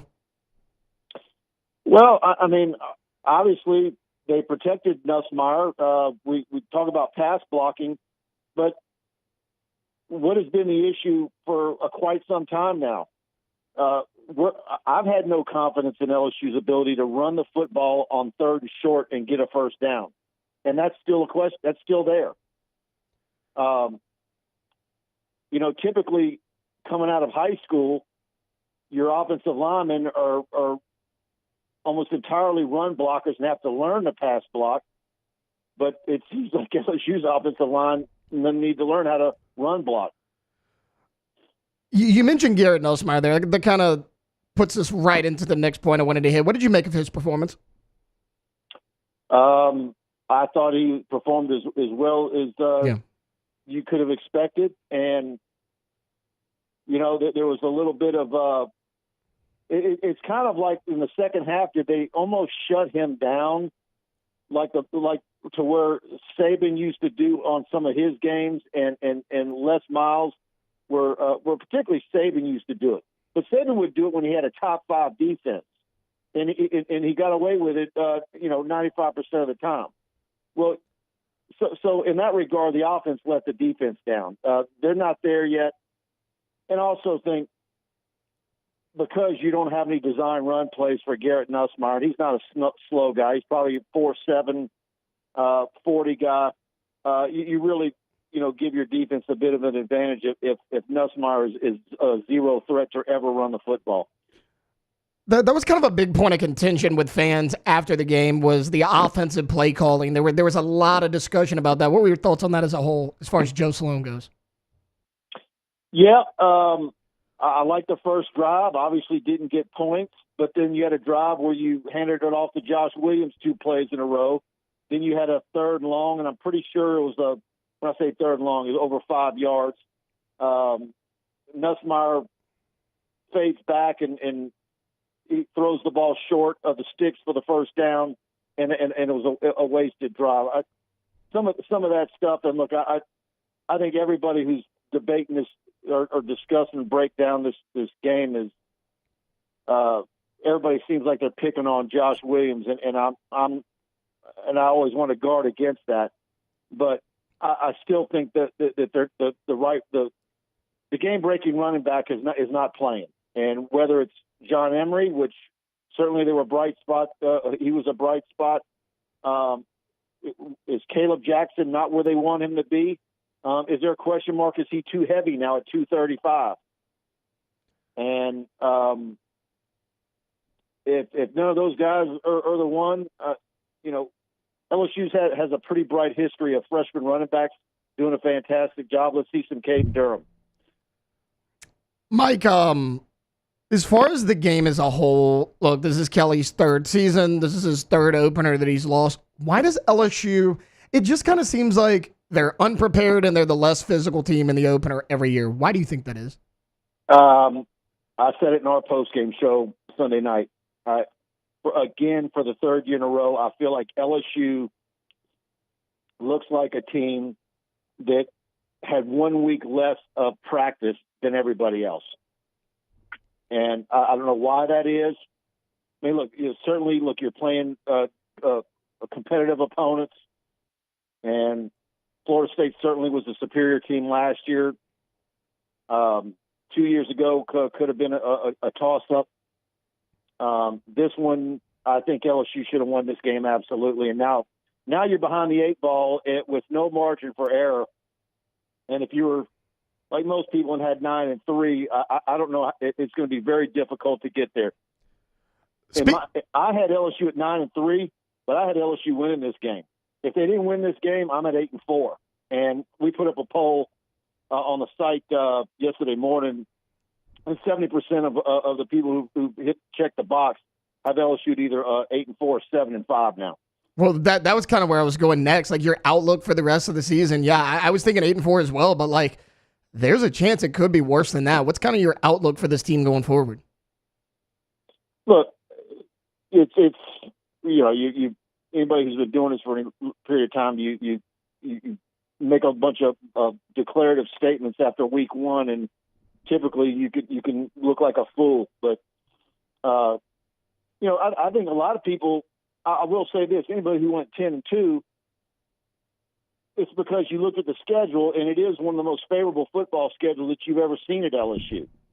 And so, because when you start trying to say 3-4 losses, if LSU, everything that was a question mark had an answer, I guess you could see where someone could get to 10-2, but now you have no margin for error, and you've always had no margin for error if a Nussmeier or any defensive lineman get hurt. Mike, it's certainly going to be a long and interesting season. We'll see how it plays out. Mike Scarborough of TigerBait.com. Mike, where can people find more of your stuff? That's it. Go to TigerBait.com, at Scarborough Mike on X. LSU Tigers on TigerBait is our YouTube and our TikTok channels. Mike, thank you so much for hopping on with me today, man. Okay, man. See you later. Yep. All right. That was Mike Scarborough of TigerBait.com. All right, we're going to take a quick timeout, and we're going to keep the interviews rolling. Up next, we got Zach Nagy. He's going to give us his thoughts on the LSU game, obviously, and then we're going to kind of look at the SEC as a whole, kind of a big-picture dive into the conference. That's coming up on the other side of this here on Off the Bench, 104.5 ESPN Baton Rouge.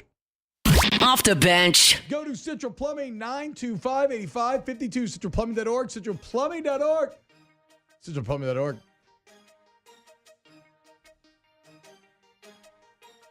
You got plumbing problems? Go to the place that's been solving them for 50 years with flat rate pricing, licensed, bonded, and insured employees, excellent warranty work coverage once the work is done. Peace of mind every step along the way. How did they grow so much over 50 years? How do you stand the test of time? How do you have this massive fleet now ready to meet all of Baton Rouge's needs? Because your customers are consistently satisfied. But Jake, it's not just when things go wrong. It is not. Stanley Jean-Baptiste. I knew something hurt you. If you're looking to upgrade at your home or your business, they can certainly come in. They can do that. I always tell you, go Central Plumbing.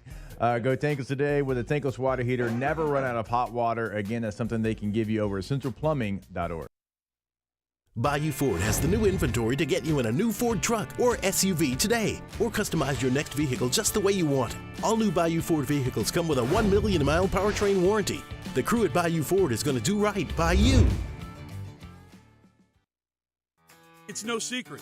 The best oysters in Baton Rouge are at Jolie Pearl Oyster Bar. Enjoy mouth-watering South Louisiana flavor and oysters from all over the country. And don't forget our nightly drink specials.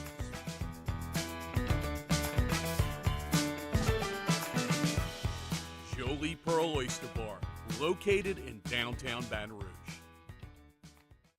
Gulf Coast Office Products is a nationally recognized Savin office equipment dealer based right here in Louisiana. Over 100 employees strong, Gulf Coast has the boots on the ground to support all vertical markets, from education, engineering, legal, and finance. With the latest in office technology, from desktop to production segment units, Gulf Coast and Savin have the perfect fit for you. Call 225-756-2644. That's 756-2644 for Gulf Coast Office Products. Electricity is all around us, and our families depend on it. Every day is sparked by the power of a cold drink or a warm meal, a movie night, and a comforting light at the end of a dark hallway. From sunrise to sunset, playtime to bedtime, our team is ready to take care of your electrical needs. Even in the case of an after-hours emergency, the light in your life shines brighter with Mr. Electric. Hey, it's Matt Moscona. For years, you've heard me tell you about Insurance Network of Louisiana, helping you find better coverage for less money. But it's not just for your home and auto. They also offer commercial property. So, retail stores, professional offices like doctors, dentists, attorneys, clothing boutiques. Insurance Network of Louisiana can find you better coverage for less money. They service the entire state of Louisiana, and they're local. So call today at 293-0450 or lainsurance.net. Jerry and Benny Payne began Central Plumbing Company out of their driveway in Tanglewood subdivision. 50 years later and 4 generations down the road, we continue to serve Baton Rouge and the surrounding areas for all of their plumbing needs. Residential, commercial, industrial, or hospitality, Central Plumbing is here 24/7, 365. We want to thank our customers, family, and friends for 50 years of success. And looking forward to 50 more.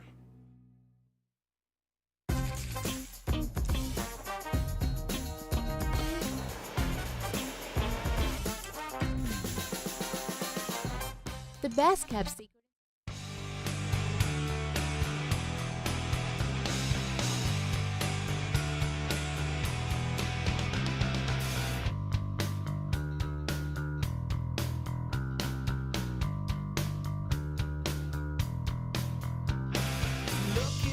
Welcome back to Off the Bench with Hester and T-Bob. Thanks for Mike Scarborough of TigerBait.com hopping on with me there. Mike's always a wealth of information. Want to kind of get an outside perspective, right? Everyone in this building has their own takes, and then it seems like everybody had a different takeaway of the game, and we want to continue that right now. So on the phone right now, I have Mr. Zach Nagy, publisher of LSU Tigers on Sports Illustrated. Zach, thanks for hopping on with me. Of course, man. How you doing this morning? Doing good. I heard from a mutual friend, Mr. Preston Guy, that you had a little flight issue last night. No, I was traveling back from a little bit of a wedding, but just some getting back in town, getting back in groove, getting ready for this week. Yeah, I got a call from Preston about 7:30 last night, and he was like, "Hey, can you do this show with me?" And I was like, "Yeah, sure, man, no problem. What time is it?" He goes, 8 o'clock. And I was like, "Perfect, let's just do this thing." So we dived right in. We had a good time, though. Zach, I want to kind of get your thoughts just as a whole on this LSU-USC game. What was kind of your biggest takeaways? Yeah, look, for me, it kind of started on a positive note here with Garrett Nussmeier. I mean, he was surgical in the first half. He looked fantastic. Him and Kyron Lacey had great rapport. They looked really, really just in a groove. The connection was solid. And then, of course, another positive note for me would be Savion Jones on defense. I mean, 2 sacks, 2 tackles for loss, handful of tackles. I mean, he looked great. And for me, it kind of just shows what we've seen in fall camp over the last couple of weeks is that he's due for a breakout year, and it really looks like he's on pace to do just that. But, of course, from a negative spot would definitely be, look, the lack of consistency or lack of efficiency, rather, in the red zone plagued them.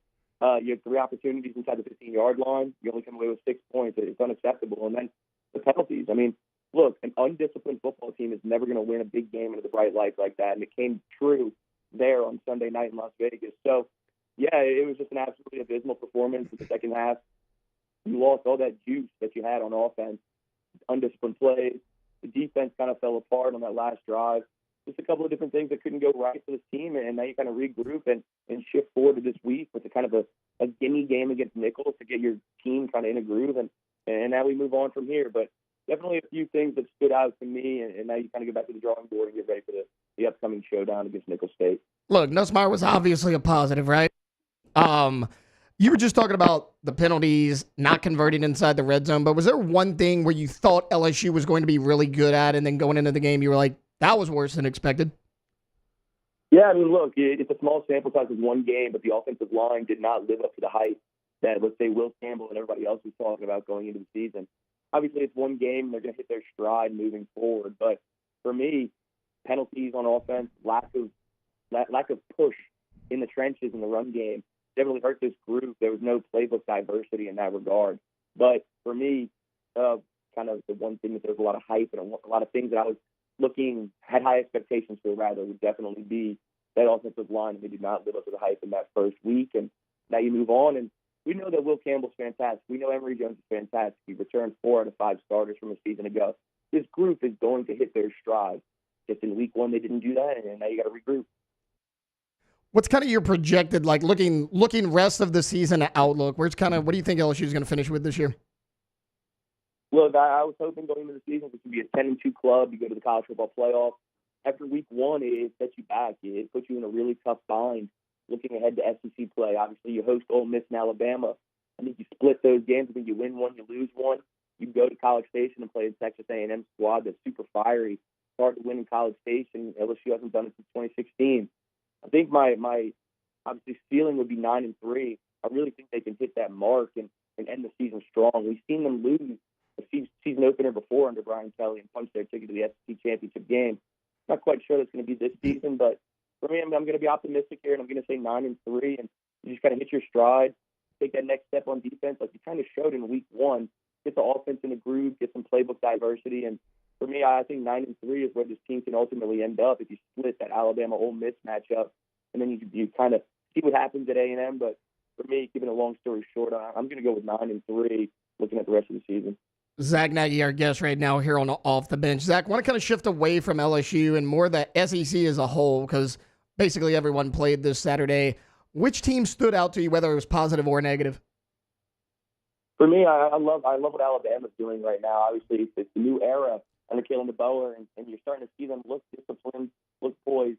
Obviously, it's an inferior opponent in Western Kentucky, but I'm really, really impressed with what they're doing over there. It's obviously hard to see change like that. It's not. Look, a lot of people are going to expect them to drop off in a way, and DeBoer has been in a situation where, look, it's hard to live in the footsteps of an NFL, or really an NFL, a college football, just a football legend as a whole, and Nick Saban. So I was really impressed with what they did.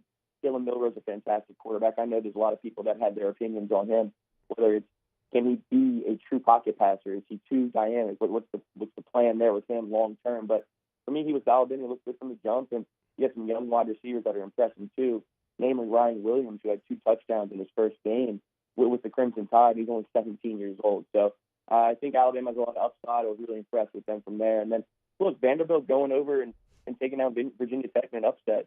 A lot of people kind of question Vanderbilt when it comes to an SEC program. You look at them as more of a gimme game. But they went out and showed out against a talented Virginia Tech team where they were 13.5-point underdogs, and they went out there and got the win. So really impressed with those 2 clubs right now. And obviously, small sample size, week 1, but we're speaking just on that season opener performance. Those 2 definitely stood out to me. Going from a positive to a negative as far as the SEC goes, most of us watched the Miami versus Florida game. What are your thoughts on Billy Napier's future in Gainesville? Yeah, look, I'm a UL grad. I went to ULL, went there, and got to see Billy Napier front and center. And for me, I mean, his outlook is bleak. It's going to be challenging. That schedule is gauntlet in November. I've never seen a schedule like that ever. It's about as challenging as it gets. And if that team can win 6 games, I think that's a positive year for them to go 6-6 and become bowl eligible. Will they do that, man? I don't know, but that's definitely the best case scenario for that team. Definitely a challenging schedule, a challenging season ahead for him. And if he can sneak out at 6-6, wouldn't be surprised if they kept him. But you never know, man. They're definitely on a downward trajectory right now, and his future is definitely looking kind of slim in Gainesville right now. Want to kind of go from, one coach on the hot seat to another. If you would have told me 2 years ago that Shane Beamer was on the hot seat, I said, well, he just had a really good year. He goes 8-5, brings in Spencer Rattler and follows it up with a 5-7 season. They barely beat Old Dominion. I mean, they get a 23-19 win, and Zach, I'm looking at their schedule right now, man. It is tough to find an SEC win for this South Carolina program, especially if Vanderbilt can kind of continue their rise like we saw against Virginia Tech. What do you think of Shane Beamer? I like Shane Beamer. He's a passionate guy. He can recruit pretty well, considering it's an SEC conference where everybody's recruiting at a high level. He's hanging in there. He's doing decent on the recruiting trail. It's about going out and getting weapons in the transfer portal and continuing to utilize that to your advantage. He's a relatively young guy. I know he's not necessarily the youngest in the pack, but he has a nice connection with his players, a nice rapport. He's good at the recruiting trail. I like him as a whole when it comes to that regard. But looking at the bigger picture, you got to crush the transfer portal. Their wide receiver core is not that talented. Their quarterback has some question marks there. A lot of people were excited about him coming into the season, but now he has to live up to the quote-unquote hype. Look, I like Shane Beamer. Like what South Carolina can do. I think that LSU-South Carolina game is kind of a trap game, solely because it's an 11 a.m. kickoff in Columbia. But, look, I like Beamer. It's going to be interesting to see his outlook for the future. But all in all, I like him as a coach. I like what he's doing on the recruiting trail. It's about piecing it all together as opposed to one little small thing. You got to get it all together as one big piece and continue to move on. Zach, we all watched the Georgia-Clemson game, and Georgia was absolutely dominant in that second half. I mean, if you'd have told me they have a 6-0 lead at halftime, they're going to eventually win this game by 31 points, I would have said probably not, but that's exactly what happened. Look, I get that it's only 1 week, but kind of a post-week one kind of look into the future. Who do you think in the conference is the biggest challenger to the Georgia Bulldogs? Shoot, man, it's tough. I mean, they look absolutely fantastic. That's a dominant club. Kirby Smart has this group trending in the right direction. We all know that. It's a new powerhouse. It's a quote-unquote new Alabama, if you want to say it. And they're really clicking on all cylinders. It's only week one. Malachi Starks looked fantastic. KJ Bolden, the true freshman on defense, looked great. Carson Beck dialed in the second half. They did it all without ETN as well. So that is a true powerhouse team. And you can have them at number one. It's looking tough when you look at number two. I mean, there's a huge gap between number one and number two when it comes to the SEC and Georgia Bulldogs. But I guess you had to ask me that question right now. I thought I'd say Texas. We'll see what they can do long term. But for me, I think Texas is going to be a program that's going to start to compete early in the SEC. Well, we'll see what they can do, but it's going to be between maybe, Alabama and Texas for me if I had to pinpoint that right now. Zach Nagy, publisher of LSU Tigers on Sports Illustrated. Zach, thanks for hopping on with us today, man. I appreciate it, man. You have a good one. Yep, absolutely. You do as well. That was Zach Nagy right there. I agree with him. I really thought that Colorado State could have kept that game close against Texas. Look, they bring back Braden Fowler-Nicolosi, a quarterback who was up and down but showed some promise a year ago. Torrey Horton, I think, is one of the most underrated receivers in all of college football. They brought both of those guys back to Colorado State. And it looked okay early, but Texas just put it on them. Arch Manning had 2 touchdowns in that game. The media had a field day with that, obviously, but Texas looked like a really complete football team on Saturday. So I agree that might, at this point in the season, be the biggest challenger to the Georgia Bulldogs. Okay, look, for the first hour and a half of this show today, we have been heavy LSU football. And, there's been a lot of negatives because of that week 1 loss. We're going to put that behind us. That is over. That is in the past. We are moving on to Nichols, week 2, and the rest of our season. So we're going to move on from LSU football today. When we get back, I want to break down Florida State versus Boston College. It was the Monday night college football game last night. Florida State in some major trouble out there in Tallahassee. And then in hour number 3, we're going to have Nick Underhill at 9 a.m. as we do every single Tuesday. I want to look at the Saints schedule, kind of a win-loss prediction for them. Breakdown, right, wrong, and indifferent at 9:30. And then we're going to close this thing out as we do every day with Ask the Bench. So we're going to take a quick timeout. Coming back, we're going to recap that Monday night college football matchup. Taylor Sharp filling in for T-Bob Hebert and Jacob Hester. We'll be right back. This is Off the Bench. Off the Bench. Go to oakparkevents.com. That's oakparkevents.com. Guys, Oak Park Events has 2 beautiful venues for you to check out for whatever you need. Weddings, corporate retreats, networking luncheons. We still got some dates opened up around Christmas if you want to go explore it. If you want to set up like a weekly, monthly networking sort of meal, well, guess what? Whatever food you want, it's all handled by Oak Park Events. And there's Oak Lodge with multiple different great venues that more New Orleans feel. Wait until you see the Brass and Mahogany Bar. It is stunning. And then you got Park 73, a little more wide open, a little more outdoorsy. So again, You want to schedule a tour, you want to see more information, you go to oakparkevents.com. That's PARC. You can also see the packages as well as the venues right there on the website. Your home for your next big event. That's oakparkevents.com. Bayou Chrysler Dodge Jeep Ram has back-to-school savings like $16,000 off 25 Ram 1500 trucks. We're open for business in our beautiful new showroom and taking $16,000 off. All new Bayou vehicles come with a complimentary extended warranty. The crew at Bayou Automotive is going to do right by you.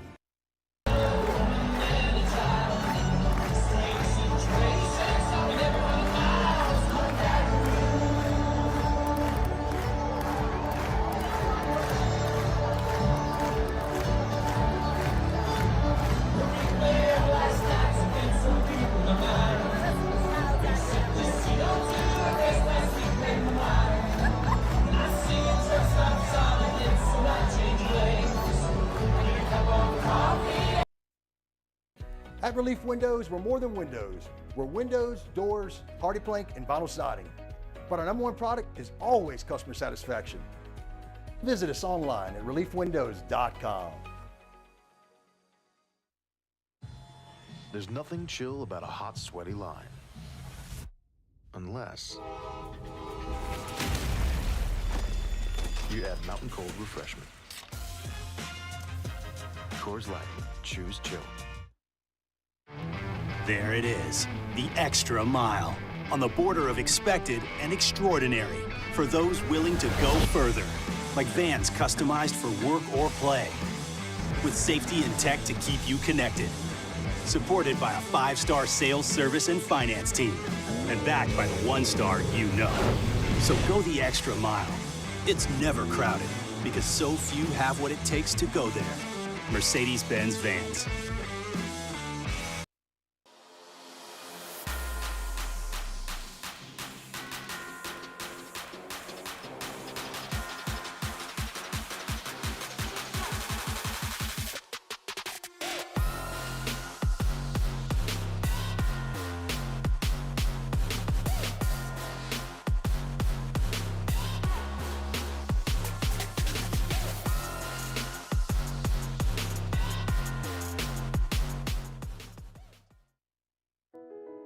I've been doing business with Luba for 25 years.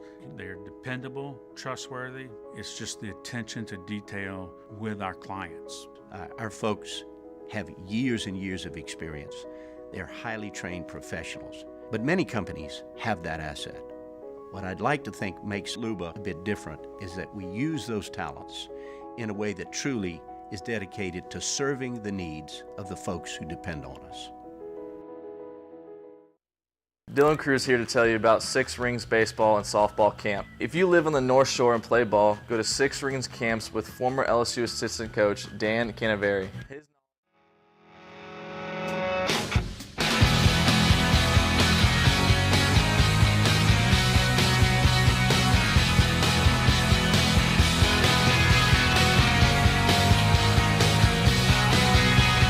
Welcome back to Off the Bench with Hester and T-Bob.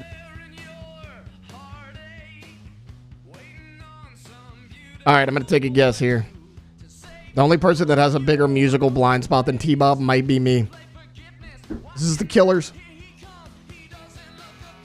Great job. Is it? Yeah. Like, that was a total guess. I had no idea. It just kind of sounded like them. What? I was going to say it obviously wasn't a total guess because you got it right. No, So I mean, I just said correct guess. There was no analytics or Just anything because he got behind it it. right doesn't mean it's not a guess. Yeah, it was a total guess. It just kind of sounded like them.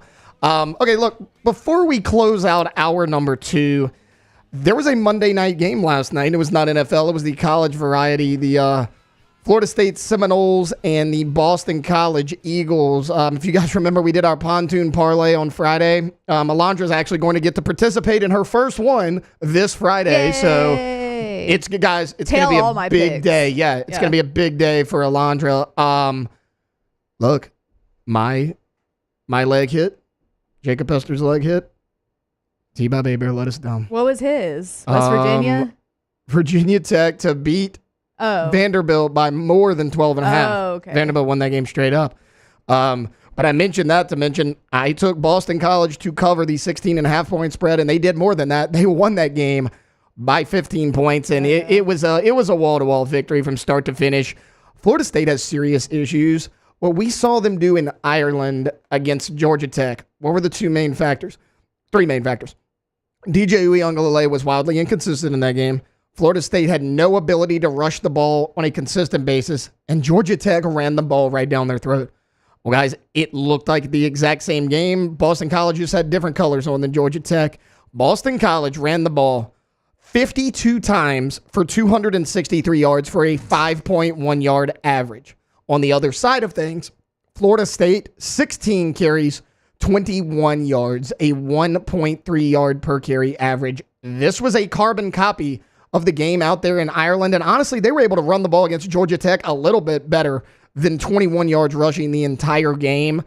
Alondra, I know you said you were going to bring this up in your right, wrong, and indifferent, so go ahead and give me your thoughts on DJ Uiagalelei. Okay, so... We can do it again at 9:30. But yeah, but I changed it because I think I had, like, what right, wrong, and indifferent was. Yeah. But now I'm, like, thinking I don't remember what I said. Okay. That he's a used car salesman. Yeah, and I'm like, how do you keep convincing people that you're a good quarterback?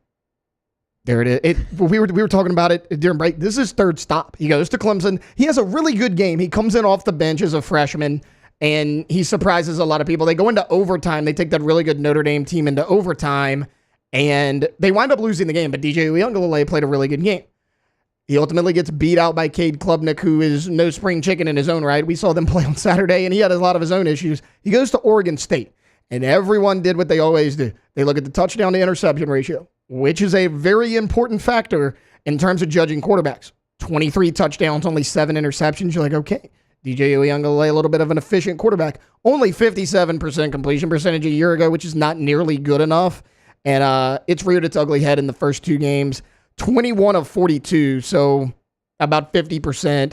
272 yards, a touchdown, and an interception. One of those touchdowns was late as well. At one point in this ball game, he was 4 of 13 passing. That's not going to get it done, especially when you're playing from behind. On the other side of things, the main reason that I told Jake and T-Bob I was taking Boston College to cover this spread was Thomas Castellanos at quarterback. He wasn't great through the air last year, but he had 1,100 yards and 13 touchdowns on the ground. We saw Haynes King, Jalen Haynes, and the rest of those Georgia Tech runners eat Florida State up on the ground in Ireland. I thought Thomas Castellanos could do the same. He did. And, no one person had a monster game. I mean, Kyle Robichaux was super efficient, 85 yards rushing and a touchdown, but he had 85. Trayshawn Ward, who is previously from Florida State, 77 yards. Castellanos, 73 yards. Turbo Richard, which is just a phenomenal name, 4 carries, 28 yards. It was just across the board, just boom, boom, boom, 5-6 yards a pop. And that's exactly what we saw from Georgia Tech. We saw Georgia Tech use 3 or 4 running backs in addition to their mobile quarterback, Haynes King.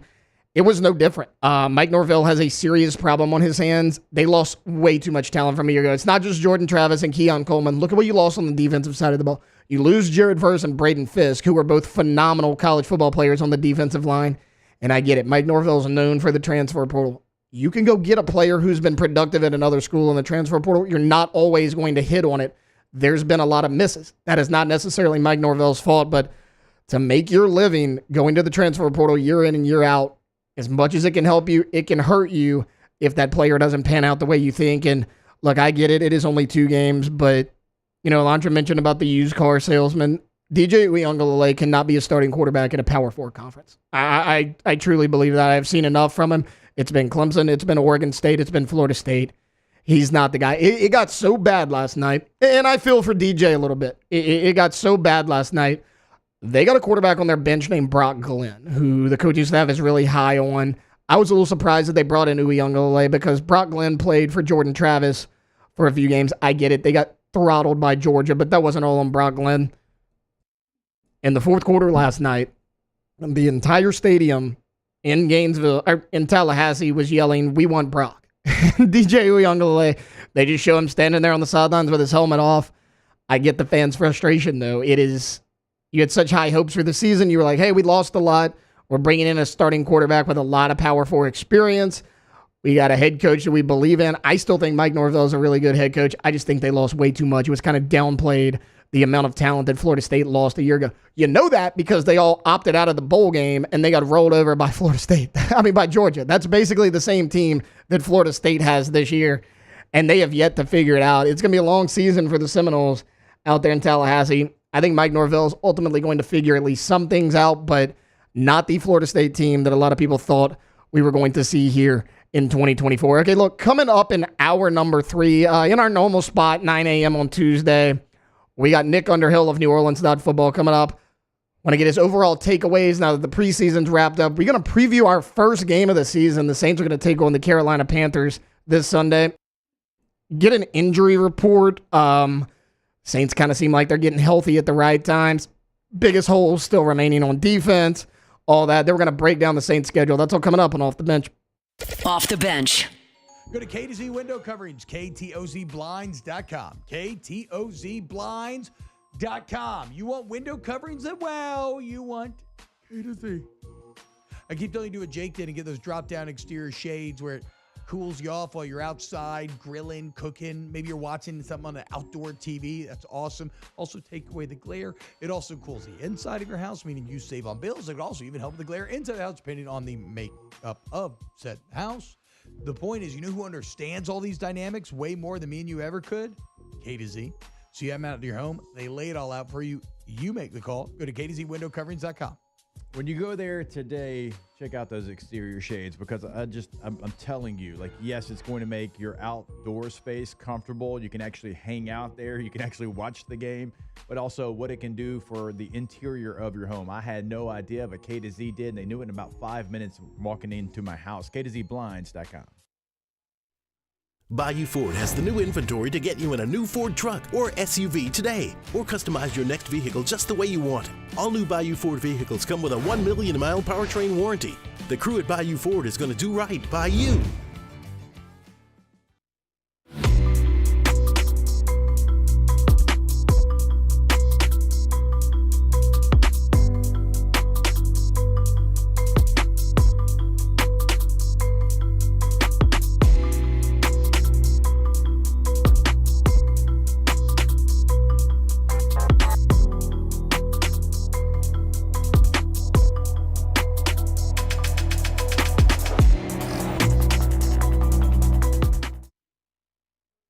Breck teamed up to reimagine your parks, and you imagined big.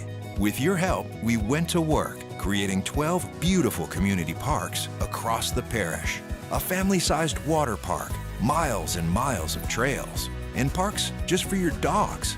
There are more places to splash, to explore, to run wild, and even soar. You imagined, we delivered. Gold. Breck, your #1 park system in the nation. Gulf Coast Office Products is a nationally recognized Savin office equipment dealer based right here in Louisiana. Over 100 employees strong, Gulf Coast has the boots on the ground to support all vertical markets from education, engineering, legal, and finance. With the latest in office technology from desktop to production segment units, Gulf Coast and Savin have the perfect fit for you. Call 225-756-2644.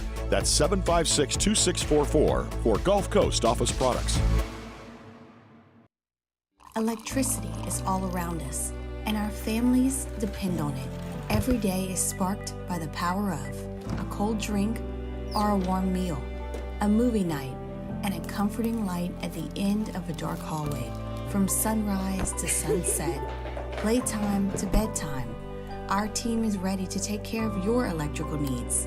Even in the case of an after-hours emergency, the light in your life shines brighter with Mr. Electric.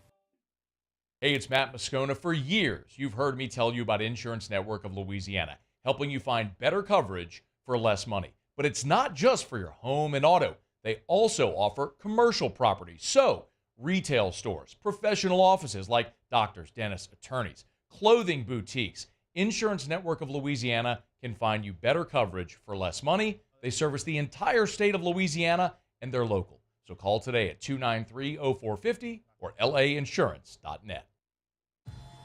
There's nothing chill about a hot, sweaty line. Unless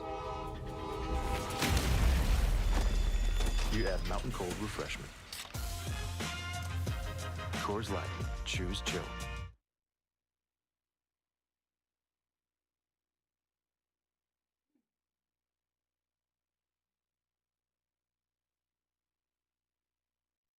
Let's go, baby, let's go! All-Star Toyota presents Off the Bench with Jacob Hester and T-Bob Hebert. Yeah! Off the Bench with Jacob Hester and T-Bob Hebert. Yeah, they said I gotta come off the bench. Now, here's Jacob Hester and T-Bob Hebert.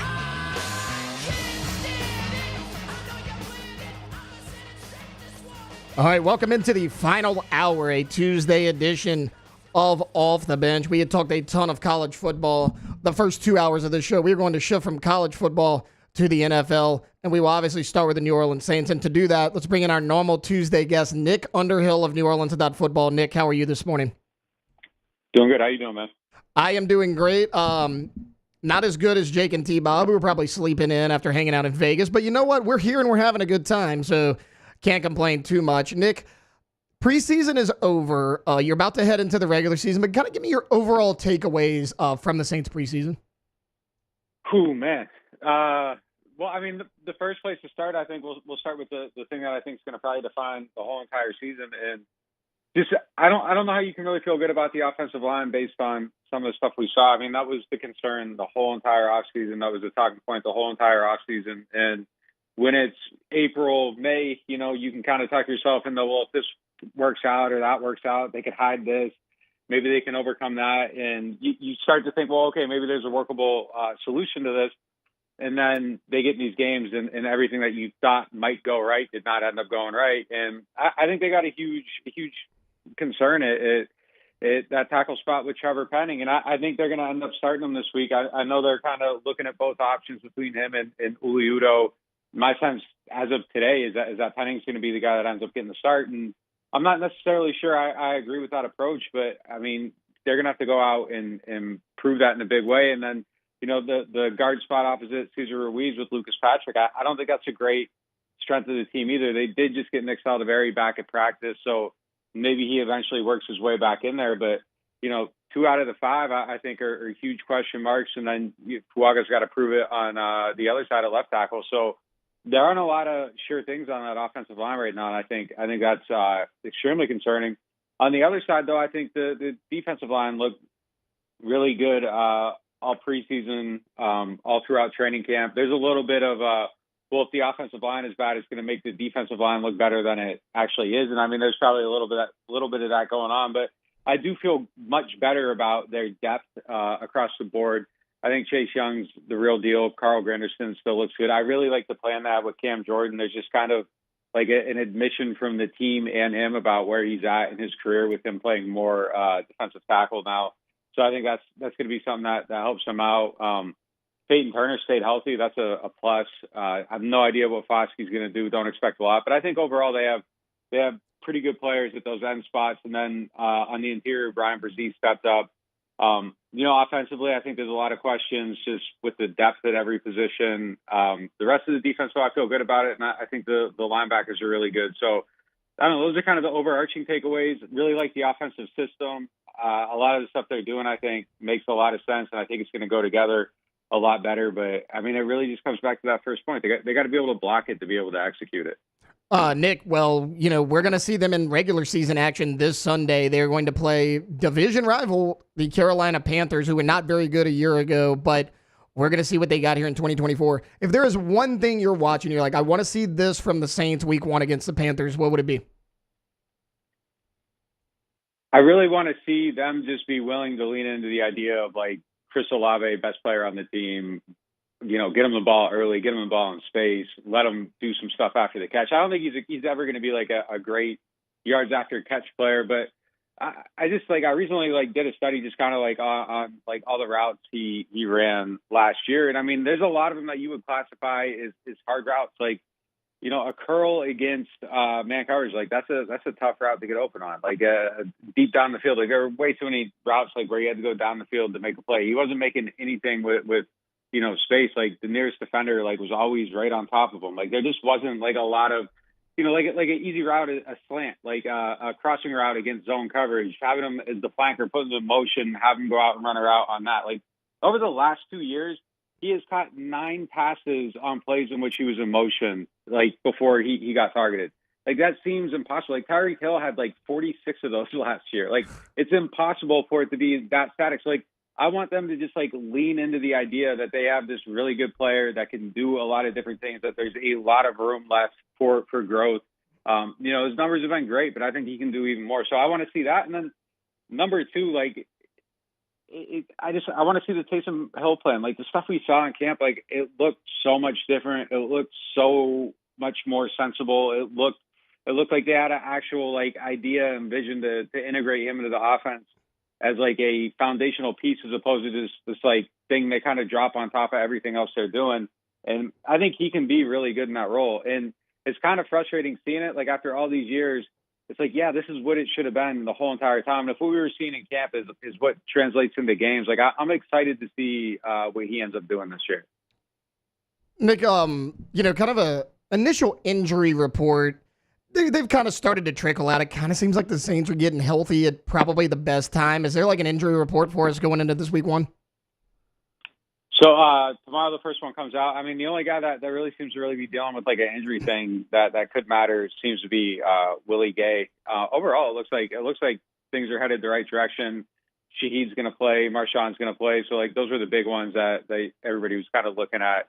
I don't think that they have a lot of stuff to worry about. Kendra Miller, obviously on IR, he's going to be out for 4 weeks. We have a story with him on our site right now. I talked to him yesterday. It sounds like things are going the right direction, and he's kind of pissed off about all the noise around the injury, which is a good thing. Like you want it to be that. You want him to feel like he has something to prove. So, those are the big ones. But yeah, it seems like everybody's kind of healthy. They're heading the right direction. I don't think there's really anything to worry about on that front right now. As far as the defense goes, everyone rightfully so has talked a lot about the offense, what we want to see from Kubiak. You mentioned the Taysom Hill role, Chris Olave, all that. The defense has looked really, really good. I mean, they have potential to be a top 10 defense in the NFL, but going into the season, if I asked you for the biggest hole on the Saints defense remaining, what would it be? It's definitely the other safety spot next to Tyron. I think that's a big concern. Even going into this week, like it's really not clear who's gonna be there. I'm guessing Jordan Howden gets the bulk of the snaps, but they rotated the whole entire summer between him, Jonathan Abram, and Will Harris. And I think all along Howden was the guy that was earmarked for that position. But you would have liked to see him step up and be like, no, Will Harris does not deserve to get snaps out here. Jonathan Abram does not deserve to get snaps out here. And that kind of never happened. Like that elevation never really happened. I think he ends up getting it, but I think it's going to end up being more by default. And again, like that's a position where if he's excelling, Simmons is never even an option. Like that never makes sense. And it just feels like that's a big hole. Then the other one is kind of more like a abstract hole, but I think just the general depth behind some of these older players is a little bit terrifying. Like if Tyron were to go down, like I have no idea what they do. So I guess safety kind of as a whole, I do feel like they're a little bit better at linebacker now. The depth there looks pretty good, but it's just kind of the team as a whole. I think they're a little bit shallow on depth, and I think it really, really stands out at that safety spot. Nick, I actually saw this from you recently. The Saints are working out 2 punters. They did that yesterday, Trenton Gill and Corliss Waitman. Look, Matthew Hayball wins the punting job, but are they not satisfied there? What's the deal with those 2 guys coming in? I think it's just one of them things where they're going to keep their options open, and they're probably going to be working guys out until they feel really confident with Hayball. And honestly, I mean, this is something that drove me crazy last year about Lou Hedley. Like, I didn't think Lou Hedley was having a great season last year. For whatever reason, they seemed really committed to him, and they were never bringing guys in for workouts. And I feel like it's just like a good thing to keep that pressure up. There's a lot of punters that don't have jobs. There's a lot of kickers that don't have jobs. I mean, there's only 32 of them, and there's more guys than there are jobs. I mean, it should be a very conditional type of spot, and I think that's just kind of how they're approaching it right now. I thought Hayball had a pretty good camp. Like, his leg is significantly bigger than Hedley's. He can do some of that Aussie-style stuff, but he's better at some of the more traditional things. Hang time was generally pretty good. He was able to place the ball pretty good. But I do think that there was like a little bit of inconsistency, and that was with both of them. Him and Headley, I think that was kind of the battle on camp, was like who could figure out how to be more consistent sooner. And I thought Hayball definitely did that. I think he deserves the job, but I don't think by any means like he should be locked into a spot. So I wouldn't be surprised for a while until they feel that confidence in him. If we do see these punters kind of cycling through, and it's kind of funny. There's like usually like a group of like 6 or 8 guys, and it's like they show up in one city, then you see it on the transaction report the next day, and they're in like another city. So like they kind of just travel around in a group. I mean, the Saints should definitely be a stop on that, I think, until they feel good about Hayball. I mean, do you think they sign one of these guys? If not, is this something No, they're they going to aren't. continue? You don't think they do? No, they aren't. Neither one of them got signed. They tried out like 4 or 5 wide receivers yesterday too. Dorsett was in there. John Ross was in there. Didn't sign any of those guys immediately either. Maybe they do today, but all those guys left after their workouts without a deal. I mean, you're talking about them working out punters and wide receivers. I mean, what about some veteran offensive linemen that are free agents? Is that a possibility for the Saints still? They should be, right? I mean, that's I can't believe there wasn't a trade. I can't believe there wasn't something like it. I know they were looking at some different options, and I mean, I don't know what they're going to do there. And honestly, like, I don't think that you find the solution for this problem just off the free agent wire at this point. Like, typically you aren't able to sign a starter this late in the process. Like, I say that Bakhtiari's still out there, and like he's somebody that you feel like maybe could, based on his stature and status, could come in and probably be better than Penning or Uliudo. But the problem with him is that he's been extremely vocal throughout his career about playing on artificial surfaces, and he feels like that's what's behind like his injuries. I think that kind of immediately takes the Saints out of it. I don't know what the option is there, but I'll say this: like, one of the things I used to like about Sean Payton is that like it felt like the last 10 spots on the roster were just like constantly churned. Like, they were always bringing in somebody off the street. They were always working somebody out. And he kind of just treated those last 5-10 spots on the roster as like, a long tryout. And it kind of kept the pressure on everybody. So I wouldn't hate to see that on the offensive line, just kind of churn the bottom of that. Maybe you find gold somewhere. Odds are you don't. But it feels so bleak there that it would just, I don't know, like something about just like seeing some type of effort, even if it didn't really like lead to any type of result. It feels like, something that would, I don't know. It might change the perception a little bit. It wouldn't necessarily change the reality, but I'd be trying to figure something out. Nick Underhill of New Orleans.Football joining us right now. Nick, want to kind of shift our focus back to this Week 1 matchup against the Carolina Panthers. They lose Brian Burns. That was kind of the biggest news of the offseason. What kind of challenges do you think this Panthers team can present the Saints? I think the biggest challenge is that they're going against a team that nobody knows anything about. I mean, Canales obviously was in Tampa Bay last year. They played that offense twice. Like, there's some DNA with some of the stuff that he wants to do that they're going to be familiar with. And I know the Saints are looking back at those Tampa games.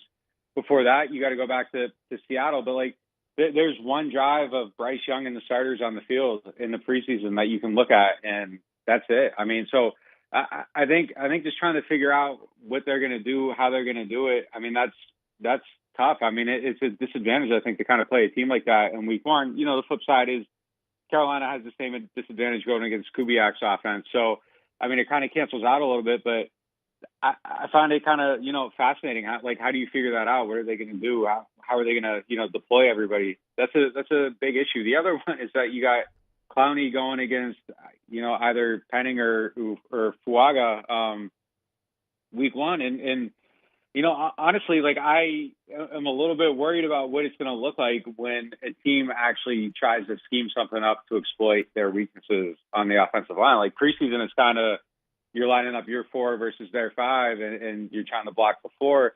They're going to be attacking these guys now. And now you got people looking at this preseason tape and seeing some of the stuff that Penning struggles with. I mean, I kind of felt like you could go straight at his chest and he never really got his feet set. Are they going to send 2 at him? Like, how are they going to try to, exploit some of that stuff? I think that's going to be the biggest challenge in Week 1 by far. Is just now that teams are scheming for this offensive line, like, how are you going to stop them? Do you have the talent to do it? I mean, the smart bet at this point is no. I mean, so those are the definite big things. I have confidence in DA being able to figure out this Carolina offense.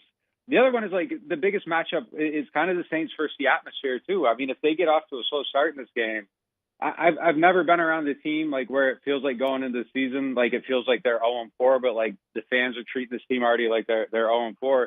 I mean, if they get off to a slow start, I think that atmosphere turns on them like almost immediately. Like I think it's like drives. Like if the offense is bad on 2 drives, like I think the building turns on them that quick, and they got to get off to a fast start. They got to keep the building on their side, and I think it's imperative for them to get off to a quick start too, just because of the setup of the schedule early in the season. If they don't win this one, they could be going into that Thursday night game against Denver like 2-4, and that's not a position you want to be in.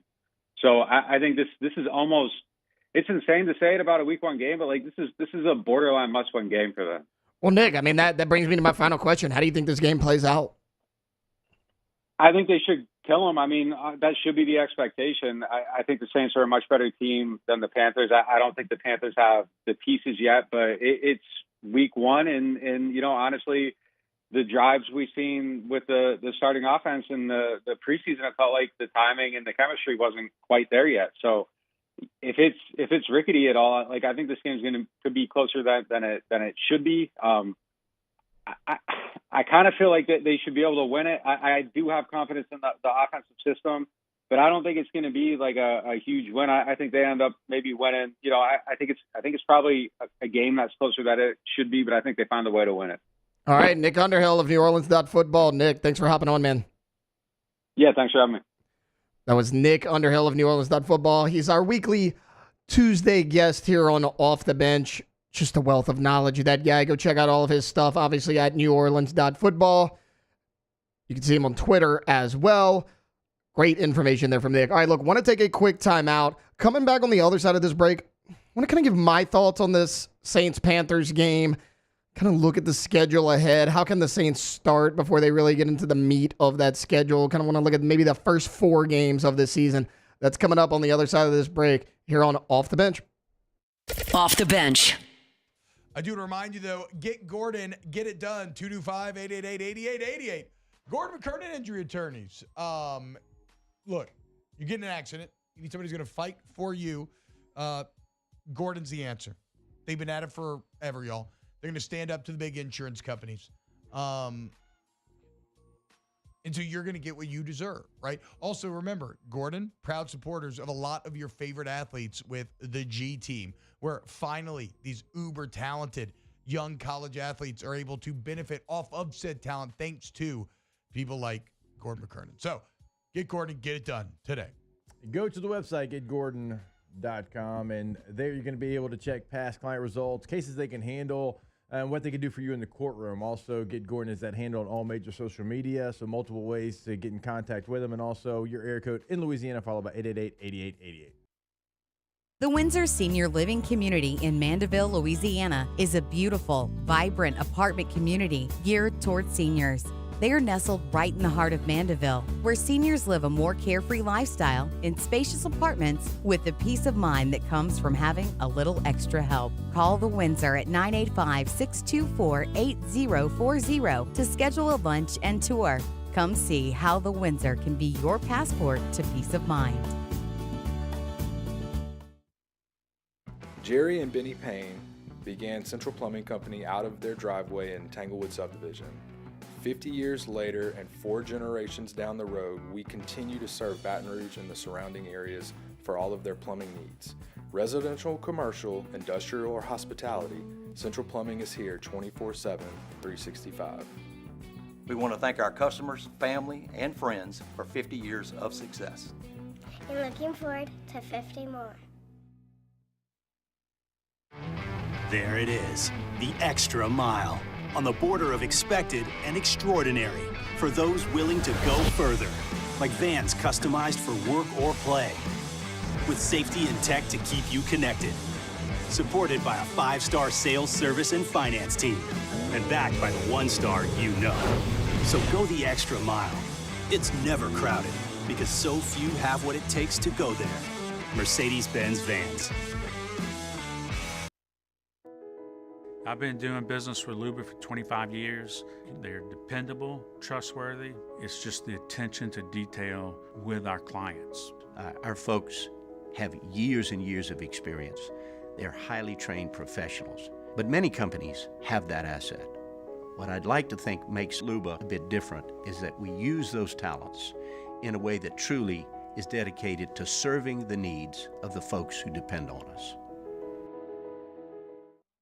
Dylan Cruz here to tell you about Six Rings Baseball and Softball Camp. If you live on the North Shore and play ball, go to Six Rings Camps with former LSU assistant coach Dan Canaveri. His knowledge is second to none, and your child will improve and have fun doing it. Camps were held at Coquille Park and Six Rings Academy in Covington with 4 sessions over the summer. Full day and morning only sessions are available from ages 7 to 13. Go to sixringsbaseball.com or call 985-206-9096. Learn the game to love the game. When it comes to ending cancer, we push forward, always working together for you. That's why our cancer experts at Ochsner have clinically integrated with MD Anderson Cancer Center. This means advanced cancer care, including access to life-saving clinical trials and integrating care to treat the whole you. Introducing Ochsner.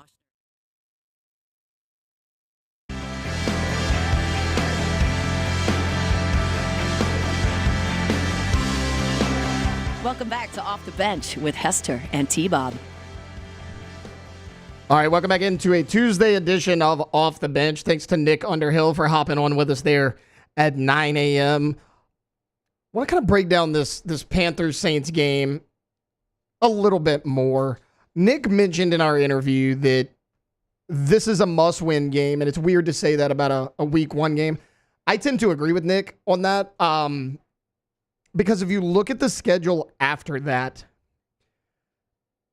the following Sunday, so September 15th, you go to AT&T Stadium to play the Dallas Cowboys, and I think that's going to be a tough game for you to win, and it really doesn't get any better the next 4 or 5 games for you. Now, Week 7, you got Denver, but the first 5 to 6 weeks of the season, it's kind of tough for you. Now, you do have a lot of these games at home, but as far as the Panthers go, yes, they lose Brian Burns on defense. I thought they drafted okay. I'm interested to see what their offense is going to be. You know, they get rid of Terrace Marshall. We know about that. He's with the 49ers now. Wasn't a huge impact player in Carolina for whatever reason. Bad quarterback play, bad scheme fit. Just for whatever reason, did not work out for Terrace Marshall. Adam Thielen was really the only serious pass catcher that the Panthers had a year ago. I mean, Tommy Tremble doesn't really strike fear in the hearts of defenses. So you bring in Deontay Johnson, who had some productive years in Pittsburgh. He was in and out of the lineup a lot of times with injuries, but he was productive nonetheless, at least when he was on the field. Then you draft Xavier Legette in the first round, who was a guy I was desperately hoping would have fallen to the Saints in the second round. Leave it to the damn Carolina Panthers to mess it up for the Saints. So I like Thielen. Johnson's okay. He's a solid NFL receiver.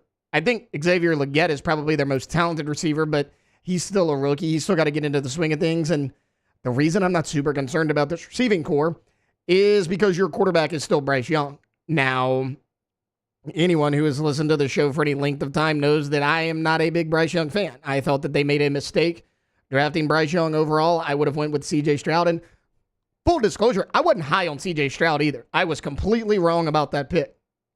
I thought it was an unfair thing, but I looked at C.J. Stroud. I was like, hey, no Ohio State quarterback has been successful in the NFL. Until one is, I'm going to bet against them. Well, one is. C.J. Stroud proved me wrong, but I still would have went Stroud over Bryce Young. I thought that Bryce Young did some nice things at Alabama. I also thought that he was a little reckless at times at Alabama. Now, obviously, he's a Heisman Trophy winner, but look, I mean, Heisman Trophy winners fail in the NFL all the time. I don't think Bryce Young is the answer in Carolina. I get it. He played behind a less than stellar offensive line a year ago, to put it nicely. But you go back and watch the film, he bailed out of that pocket a lot when he actually had a pocket to throw in. Yes, the offensive line was bad, but it was not all on them. I mean, this was something that when you looked at Bryce Young, I think he deserved a little bit more criticism than he got. A lot of people put it off as, oh, well, he's a rookie. He's getting adjusted to life in the NFL. He did that at Alabama a lot. Now, he got away with it because Alabama was more talented and he was more athletic than the people he played in college, but you can't do that in the NFL. I think he's going to have to adjust how he plays a little bit. Can Dave Canales do that? He worked wonders with Baker Mayfield last year in Tampa Bay. How is that going to look running the offense while being the head coach of this team? That's something I'm interested in seeing. As far as the Panthers defense goes, I think the Saints can have success against them. I know that everyone's a little down on the New Orleans Saints offense. I think they're going to get it together, at least be a serviceable, solid offense. I'm not asking them to be a top 10 offense in the league. I would love if they were a top 10 offense in the league. I just don't think that's realistic. Now, defensively, I think you can be as good as anyone in the National Football League. I think you're that good on the defensive side of the ball, despite the troubles that you do have at safety, because you're so good everywhere else. But back to this being a must-win game, I agree, because not only is it a lower-tier opponent, a division rival that you desperately need to beat, but let's look at what you got after that. So, week 2, again, you go to AT&T Stadium to take on the Dallas Cowboys. That's going to be a tough game for the Saints to win. No, I am not picking Dallas to win that game because I am a Dallas Cowboys fan. I am picking Dallas to win that game because I just think their roster top to bottom is a little bit more talented. I think they have a slight less question marks. Now, I think Dallas is going to take a step back from where they were a year ago. I don't think they're the same team. They have serious issues in the running game, but Dak Prescott's going to be there with or without a contract. CeeDee Lamb got his contract done, so his holdout is no longer. Defensive side of the ball, they're going to be really good. You got a good linebacking core. You got one of the best pass rushers in the league in Micah Parsons. Despite the fact that you lose DeRon Bland, if you can bring in somebody serviceable to play next to Trayvon Diggs and he's fully healthy this year, then you're going to be fine. I think the Saints are going to struggle in that game, so let's go ahead and chalk that one up as a loss. And we'll give them a win against the Panthers. So you're 1-1. You host Philadelphia week 3. A noon kickoff on Sunday. It depends on which Philadelphia team shows up. Is it the Philadelphia team from the first 9 weeks of the season last year? Or is it the Philadelphia team that lost 8 of their last 10 games and got blown out by the Buccaneers in the playoffs? It all depends, right, on which team we see. Now, they added 2 cornerbacks in the draft. Both were the 2 highest rated corners at their position. So you kind of got better at your biggest position of need, or your biggest weakness on defense was that defensive secondary. So the Eagles are better there. Jalen Hurts took a step back a year ago. Can he find that magic that he had in 2022? That's a toss-up game. I want to lean Saints because it's a home game, but I can't. I think the Eagles are top to bottom a more talented team. I'm picking the Eagles to win that game. In week 4, you go to Atlanta. You're not winning that game. You might beat Atlanta later in the season when they return home. I don't see you beating the Falcons in Atlanta with Kirk Cousins, that revamped offense. They're still going to have a solid defense as well. So if you beat the Panthers, you could still potentially be 1-3 heading into a week 5 matchup in Arrowhead Stadium on Monday night against the Kansas City Chiefs.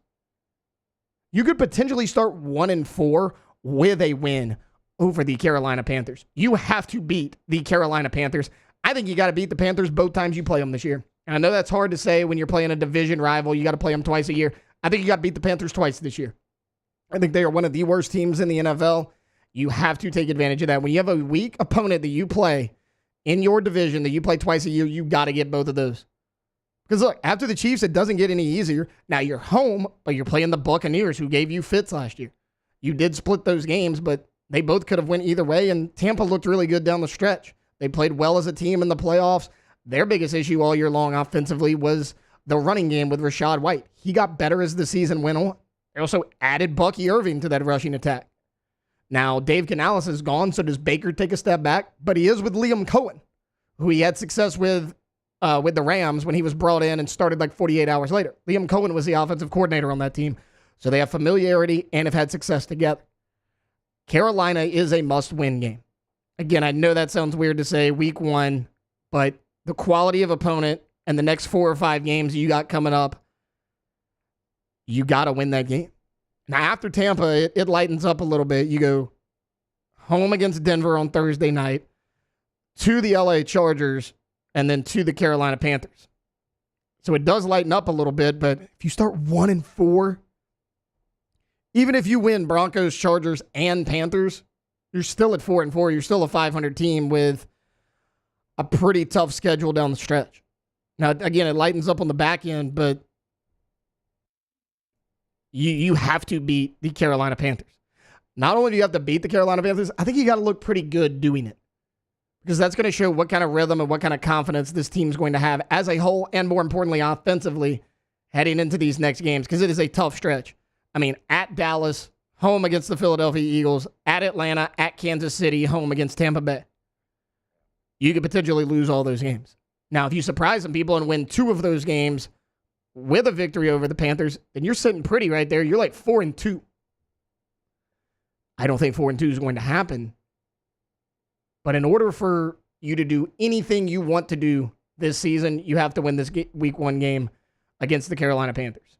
All right, look, we're going to take a quick timeout. When we get back, me, Alondra, Jacob Beck, we're going to play a little right, wrong, or indifferent. So what we're going to do is we're going to go around the room. We're going to find something that we got right for week 1 of college football, something we got wrong, and indifferent, it's something we're still up in the air about. We don't quite have a firm grasp on it one way or the other. We did this last football season on OTB. I know I enjoyed it, Jake and T-Bob as well. We wanted to kind of bring it back, but since they're not here, the 3 of us are going to do it here on Tuesday, our first right, wrong, or indifferent of the football season. That's coming up here on the other side of this break. Taylor Sharp filling in for Jacob Hester and T-Bob Bear here on Off the Bench. Off the Bench. All-Star Toyota of Baton Rouge.com. All-Star Toyota of Baton Rouge. Your one-stop vehicular shop. You need to buy new. You want a Toyota certified used vehicle where you still get excellent warranty? You need a rent? What about leasing? I never thought I would lease. You know? And then I went in there and I had a number. So this is a budget that I can afford right now. I ended up leasing a Camry for 3 years and it was great. It was great. And then even better, I upgraded to another Sienna minivan. If you have not seen the Sienna minivan, guys, you need to. So whatever it is, though, you want a truck, hybrid, anything, go to All-Star Toyota Baton Rouge today. If you're going to watch the Tigers play in College Station, in Columbia, in Fayetteville, in Gainesville, I don't know why you choose Gainesville, but if you did, you could rent a Toyota for that trip. Something bigger than you currently have, something smaller, something better on gas mileage, whatever it is, they have it available. Check it out online, allstartoyotabatonrouge.com.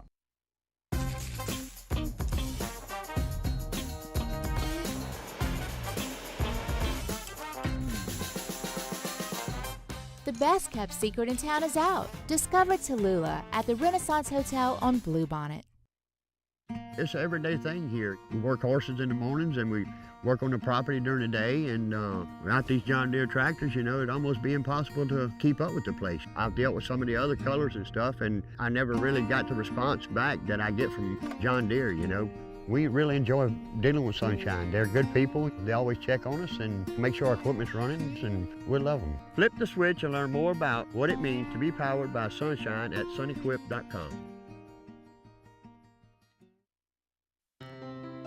When it comes to ending cancer, we push forward, always working together for you. That's why our cancer experts at Ochsner have clinically integrated with MD Anderson Cancer Center. This means advanced cancer care, including access to life-saving clinical trials and integrating care to treat the whole you.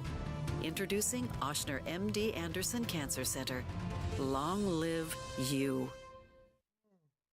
It's no secret. The best oysters in Baton Rouge are at Jolie Pearl Oyster Bar. Enjoy mouth-watering South Louisiana flavor and oysters from all over the country. And don't forget our nightly drink specials.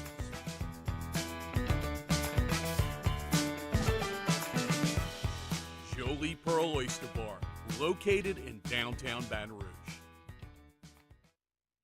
Breck teamed up to reimagine your parks, and you imagined big. With your help, we went to work, creating 12 beautiful community parks across the parish. A family-sized water park, miles and miles of trails, and parks just for your dogs. There are more places to splash, to explore, to run wild, and even soar. You imagined, we delivered. Gold. Breck, your #1 park system in the nation. Gulf Coast Office Products is a nationally recognized Savin office equipment dealer based right here in Louisiana. Over 100 employees strong, Gulf Coast has the boots on the ground to support all vertical markets from education, engineering, legal, and finance. With the latest in office technology, from desktop to production segment units, Gulf Coast and Savin have the perfect fit for you. Call 225-756-2644. That's 756-2644 for Gulf Coast Office Products. Gulf Coast Bank and Trust is giving our customers the power to bank anywhere, anytime during this challenging event. And we're right there with you. Our mobile banking app is a smart.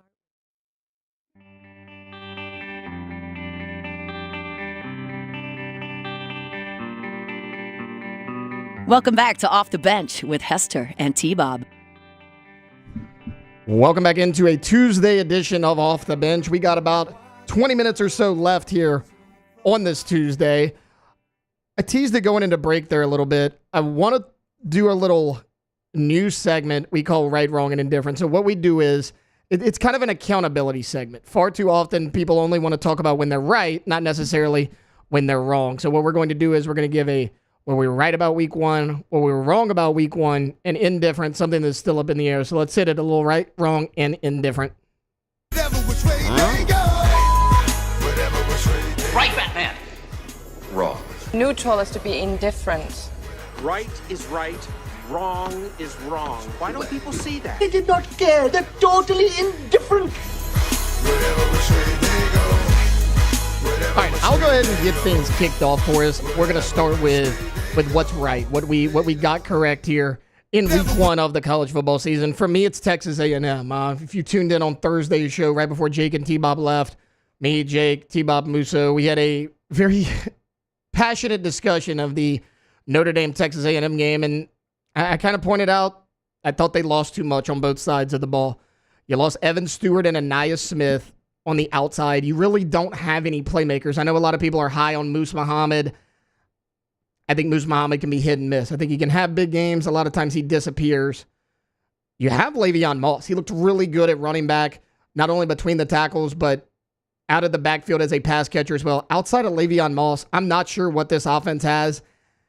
And not only is Connor Wegman not taking a step forward, I think he's taking a step back. That might have been the worst game I've seen him play at Texas A&M, and he's had quite a few stinkers. He goes 12 of 30, no touchdowns, 2 interceptions, and is a big reason why they lost that game, because on the other side of things, Riley Leonard wasn't phenomenal, but he didn't turn the ball over, he didn't put it in harm's way, and he showed his ability to run the football. As far as the defense goes, their defensive line is legit. I think it's the best defensive line in all of college football. Now, of course, that's going off of week one, but based on what I saw week one, Texas A&M's defensive line is on another level. Maybe Georgia is the only front seven that can compete with that of the Aggies. They look great. Having said that, going into the season, I thought it now. I still think it. Their secondary is overrated. They lost a lot of talent in that secondary. Jordan Gilbert, who started for LSU in the week one game against USC, was one of their departures in the secondary as well.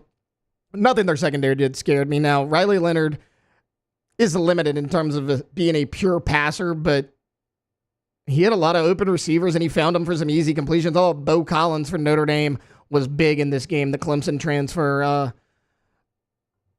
I think Texas A&M once again is overrated. They have an incredible front seven on defense, which they've had for a number of years now. Your secondary and your playmakers on offense, not the answer. And your offensive line as well. You struggled to run the football outside of Le'Veon Moss in this game against that Notre Dame front. Alondra, what'd you get right week one? So, again, I think I misunderstood the assignment for this segment.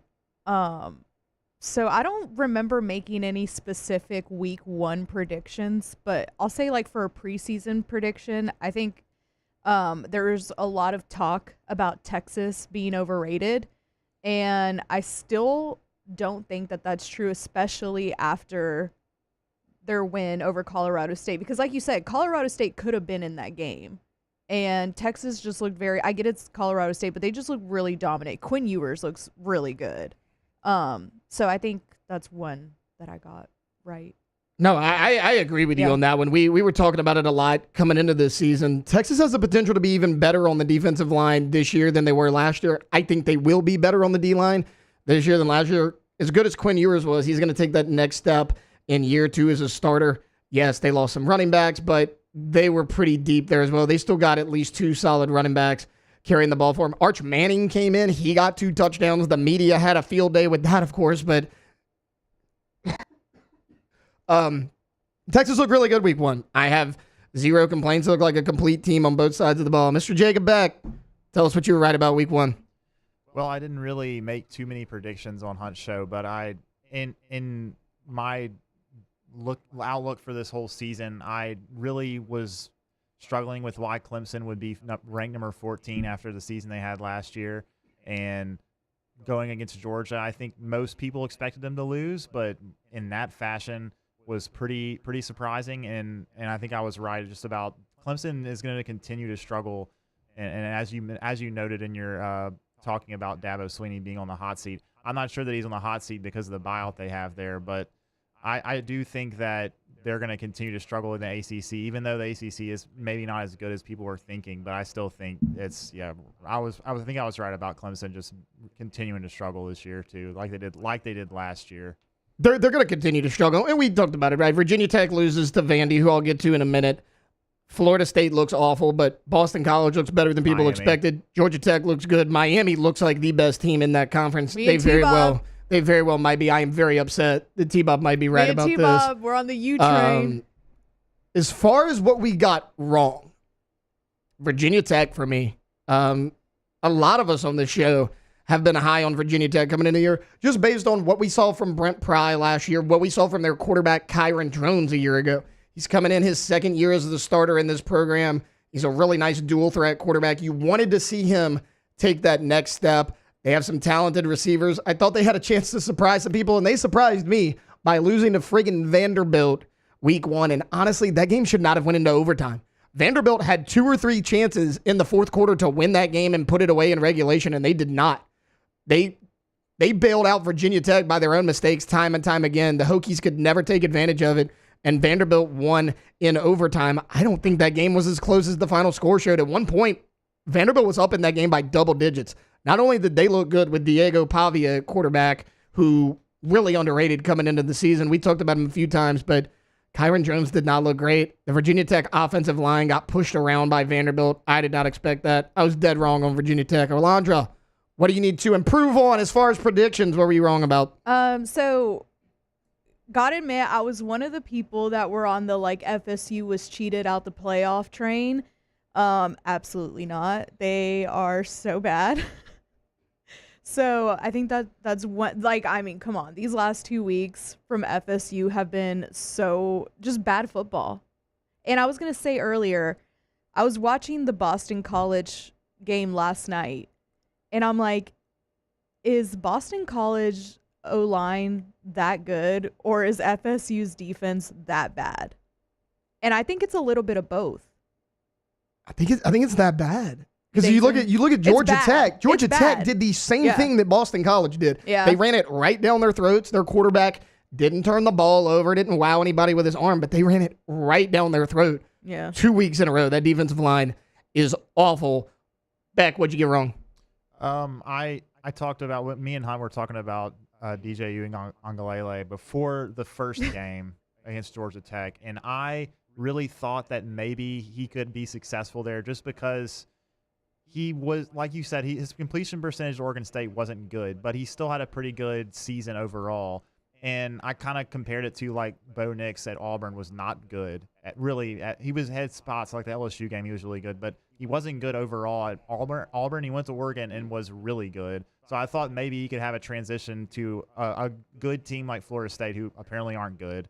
But before the first game, I thought maybe they were going to have an overall solid team, and he could be a pretty good game manager and have a good season. But I was completely wrong, clearly, about that because he's not good. Dude, a lot of people thought that. A lot of people thought that about DJU. I totally understand it. As far as Bo Nix goes, I blame that more on the Auburn coaching staff than Bo Nix. Yeah. Whether it was Gus Malzahn or Brian Harsin, they tried to make Bo Nix a pistol quarterback, a little read option, a run-first QB. That's just not who Bo Nix is. As soon as he leaves and goes into a system friendly with them, the spread offense, the short to intermediate passing game, Bo Nix carved up defenses for 2 years in a row. I've always been a Bo Nix fan. T-Bob yelled at me all last season for being a Bo Nix fan because he was big on Washington. I was big on Oregon. But no, DJU, I don't know how he keeps fooling people. Alondra called him the used car salesman earlier. I think that's perfect. This is 3 different stops now where he is under 3. Yeah, 3. Because you go to insane. Clemson, Oregon State, and Florida State. He's underperformed in 3 different stops under 3 different coaching staffs. Yeah. It's him. It's not the position that he's been put in. As far as indifferent, I want to say I'm wrong about this, but Florida's also so bad. I don't know what to think of Miami because I actually thought Miami was going to be bad this year. They looked incredible week 1, but on the flip side of things, I thought Florida was going to be a lot better than they were. As good as Miami looked, Florida looked terrible. I think there's a middle ground with Miami. Do they look like the best team in the ACC? Absolutely. Florida looks like one of the worst teams in the SEC. Are they going to beat people like that every single week? No. Cam Ward's going to come back down to earth a little bit. He's better than I thought he was, but I'm going to put him in indifferent instead of wrong just because I want to see him play a better opponent. I never thought I would say that from a team that beat the Florida Gators, but that program is in such shambles right now. I want to see them when they get into the ACC. They get a Georgia Tech, a Clemson in front of them. How are they going to respond there? I have high hopes for them right now, but I'm still waiting to see a little bit more. Alondra, indifferent. Indifferent. I guess some of this is already answered, but a lot of it might still be up in the air. I didn't say this on air, but when we were doing bold predictions, what was it, last week, couple weeks ago for LSU season? Yeah. If you'll remember off air, I said, I think we go 10-2, and the games that I'm worried about are Texas A&M and OU. Obviously, we lost the opener. Texas A&M looks like crap, so I'm not really that worried about that game anymore. The only thing that kind of worries me is at A&M, and like, we do not have a great track record in College Station. I am still a little worried about the OU game, though. So some of that is still up in the air. I'm worried about the OU game as well. Yeah. Did they play a crap opponent? Yes, they did. But Jackson Arnold looked awesome. He looked like he was what we were given and what he was advertised coming into the season. I thought he looked really good. Their defense was really good, which it's always going to be under Brent Venables, but they struggled a little bit last year. I thought Venables might turn that defense around. He did in a big way. They looked really good. Beck, before break, a quick indifferent. What you got? I'm indifferent about Arkansas winning 70-0 against Arkansas Pine Bluff. I know some people may see that and think, okay, even though they're not playing a good team, they still scored 70 points. It's impressive. I still think I'm indifferent about Arkansas. I still think that they're not going to be very good. I think Sam Pittman's going to be fired at the end of the season. And Talon Green looked solid, but he wasn't very good at Boise State. I don't expect him to be extremely good against SEC teams. So for me, I'm indifferent about Arkansas putting 70 on Arkansas Pine Bluff. Hater. Beck's clearly a hater. Yeah. No, I agree. Arkansas Pine Bluff, I guess this was an agreement pregame. I've never seen this in a college football game. They agreed to play 10-minute quarters in the second half instead of 15. Oh, yeah. They agreed to play 10-minute quarters. That. You were traveling. It was a Thursday night game. Oh, okay. You were on a plane. Yeah, they played 10-minute quarters in the second half. I did not know that was even allowed. They actually That's like a mercy rule? They took the over-under and all the players' individual stats off of all the sports books. They actually dropped them, gave everybody their money back because they technically didn't even play a complete game. I had never seen it before. Arkansas Pine Bluff is a terrible football team, so I'm with you. Damn. A lot of people are going to look too much into that. I don't think Arkansas is going to be very good either. All right, look, we're going to take a quick timeout. When we get back on the other side of this break, we're going to close out OTB with some Ask the Bench. That's coming up next here on Off the Bench. Off the Bench. Go to Trash Rangers, TrashRangersLLC.com, TrashRangersLLC.com. You need waste management, trash removal, residential, right? Somebody's going to come by your home. Ooh, new site looks great. Well, if you live in Ascension or Livingston Parish, just a couple of minutes, you go to trashsignup.com and you can see exactly what they can offer you. The pickup days, the number of cans. Remember, they always do convenient things so that they give a damn, like texting you the night before to remind you to put out the cans. Here's a local touch and give a damn that you just don't get with these national companies that take the profits out of Louisiana but keep the trash here.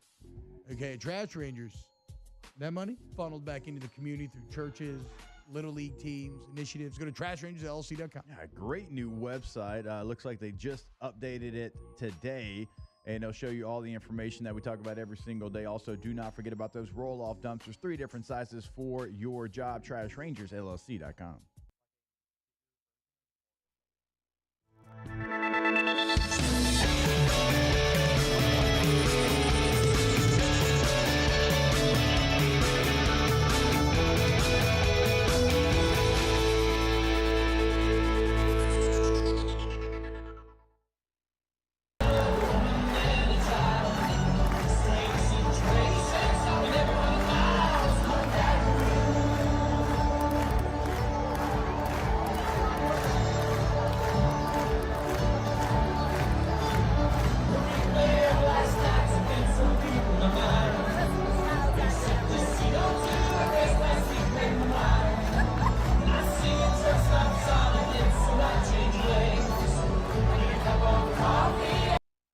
Electricity is all around us, and our families depend on it.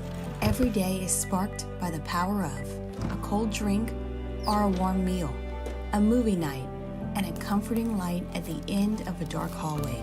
From sunrise to sunset, playtime to bedtime, our team is ready to take care of your electrical needs. Even in the case of an after-hours emergency, the light in your life shines brighter with Mr. Electric. Hey, it's Matt Moscona. For years, you've heard me tell you about Insurance Network of Louisiana, helping you find better coverage for less money. But it's not just for your home and auto. They also offer commercial property. So, retail stores, professional offices like doctors, dentists, attorneys, clothing boutiques. Insurance Network of Louisiana can find you better coverage for less money. They service the entire state of Louisiana, and they're local. So call today at 293-0450 or lainsurance.net.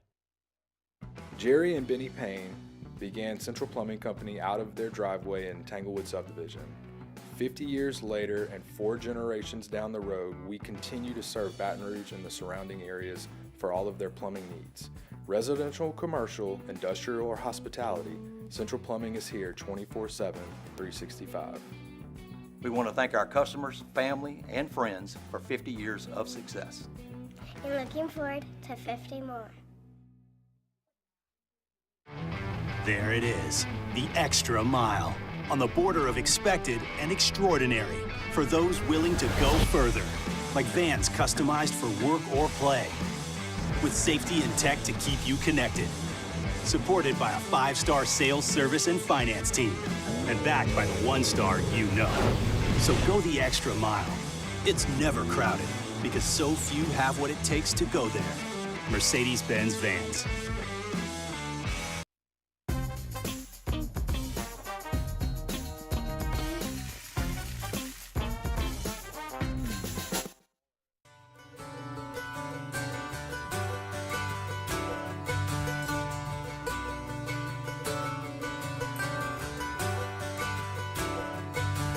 Welcome back to Off the Bench with Hester and T-Bob.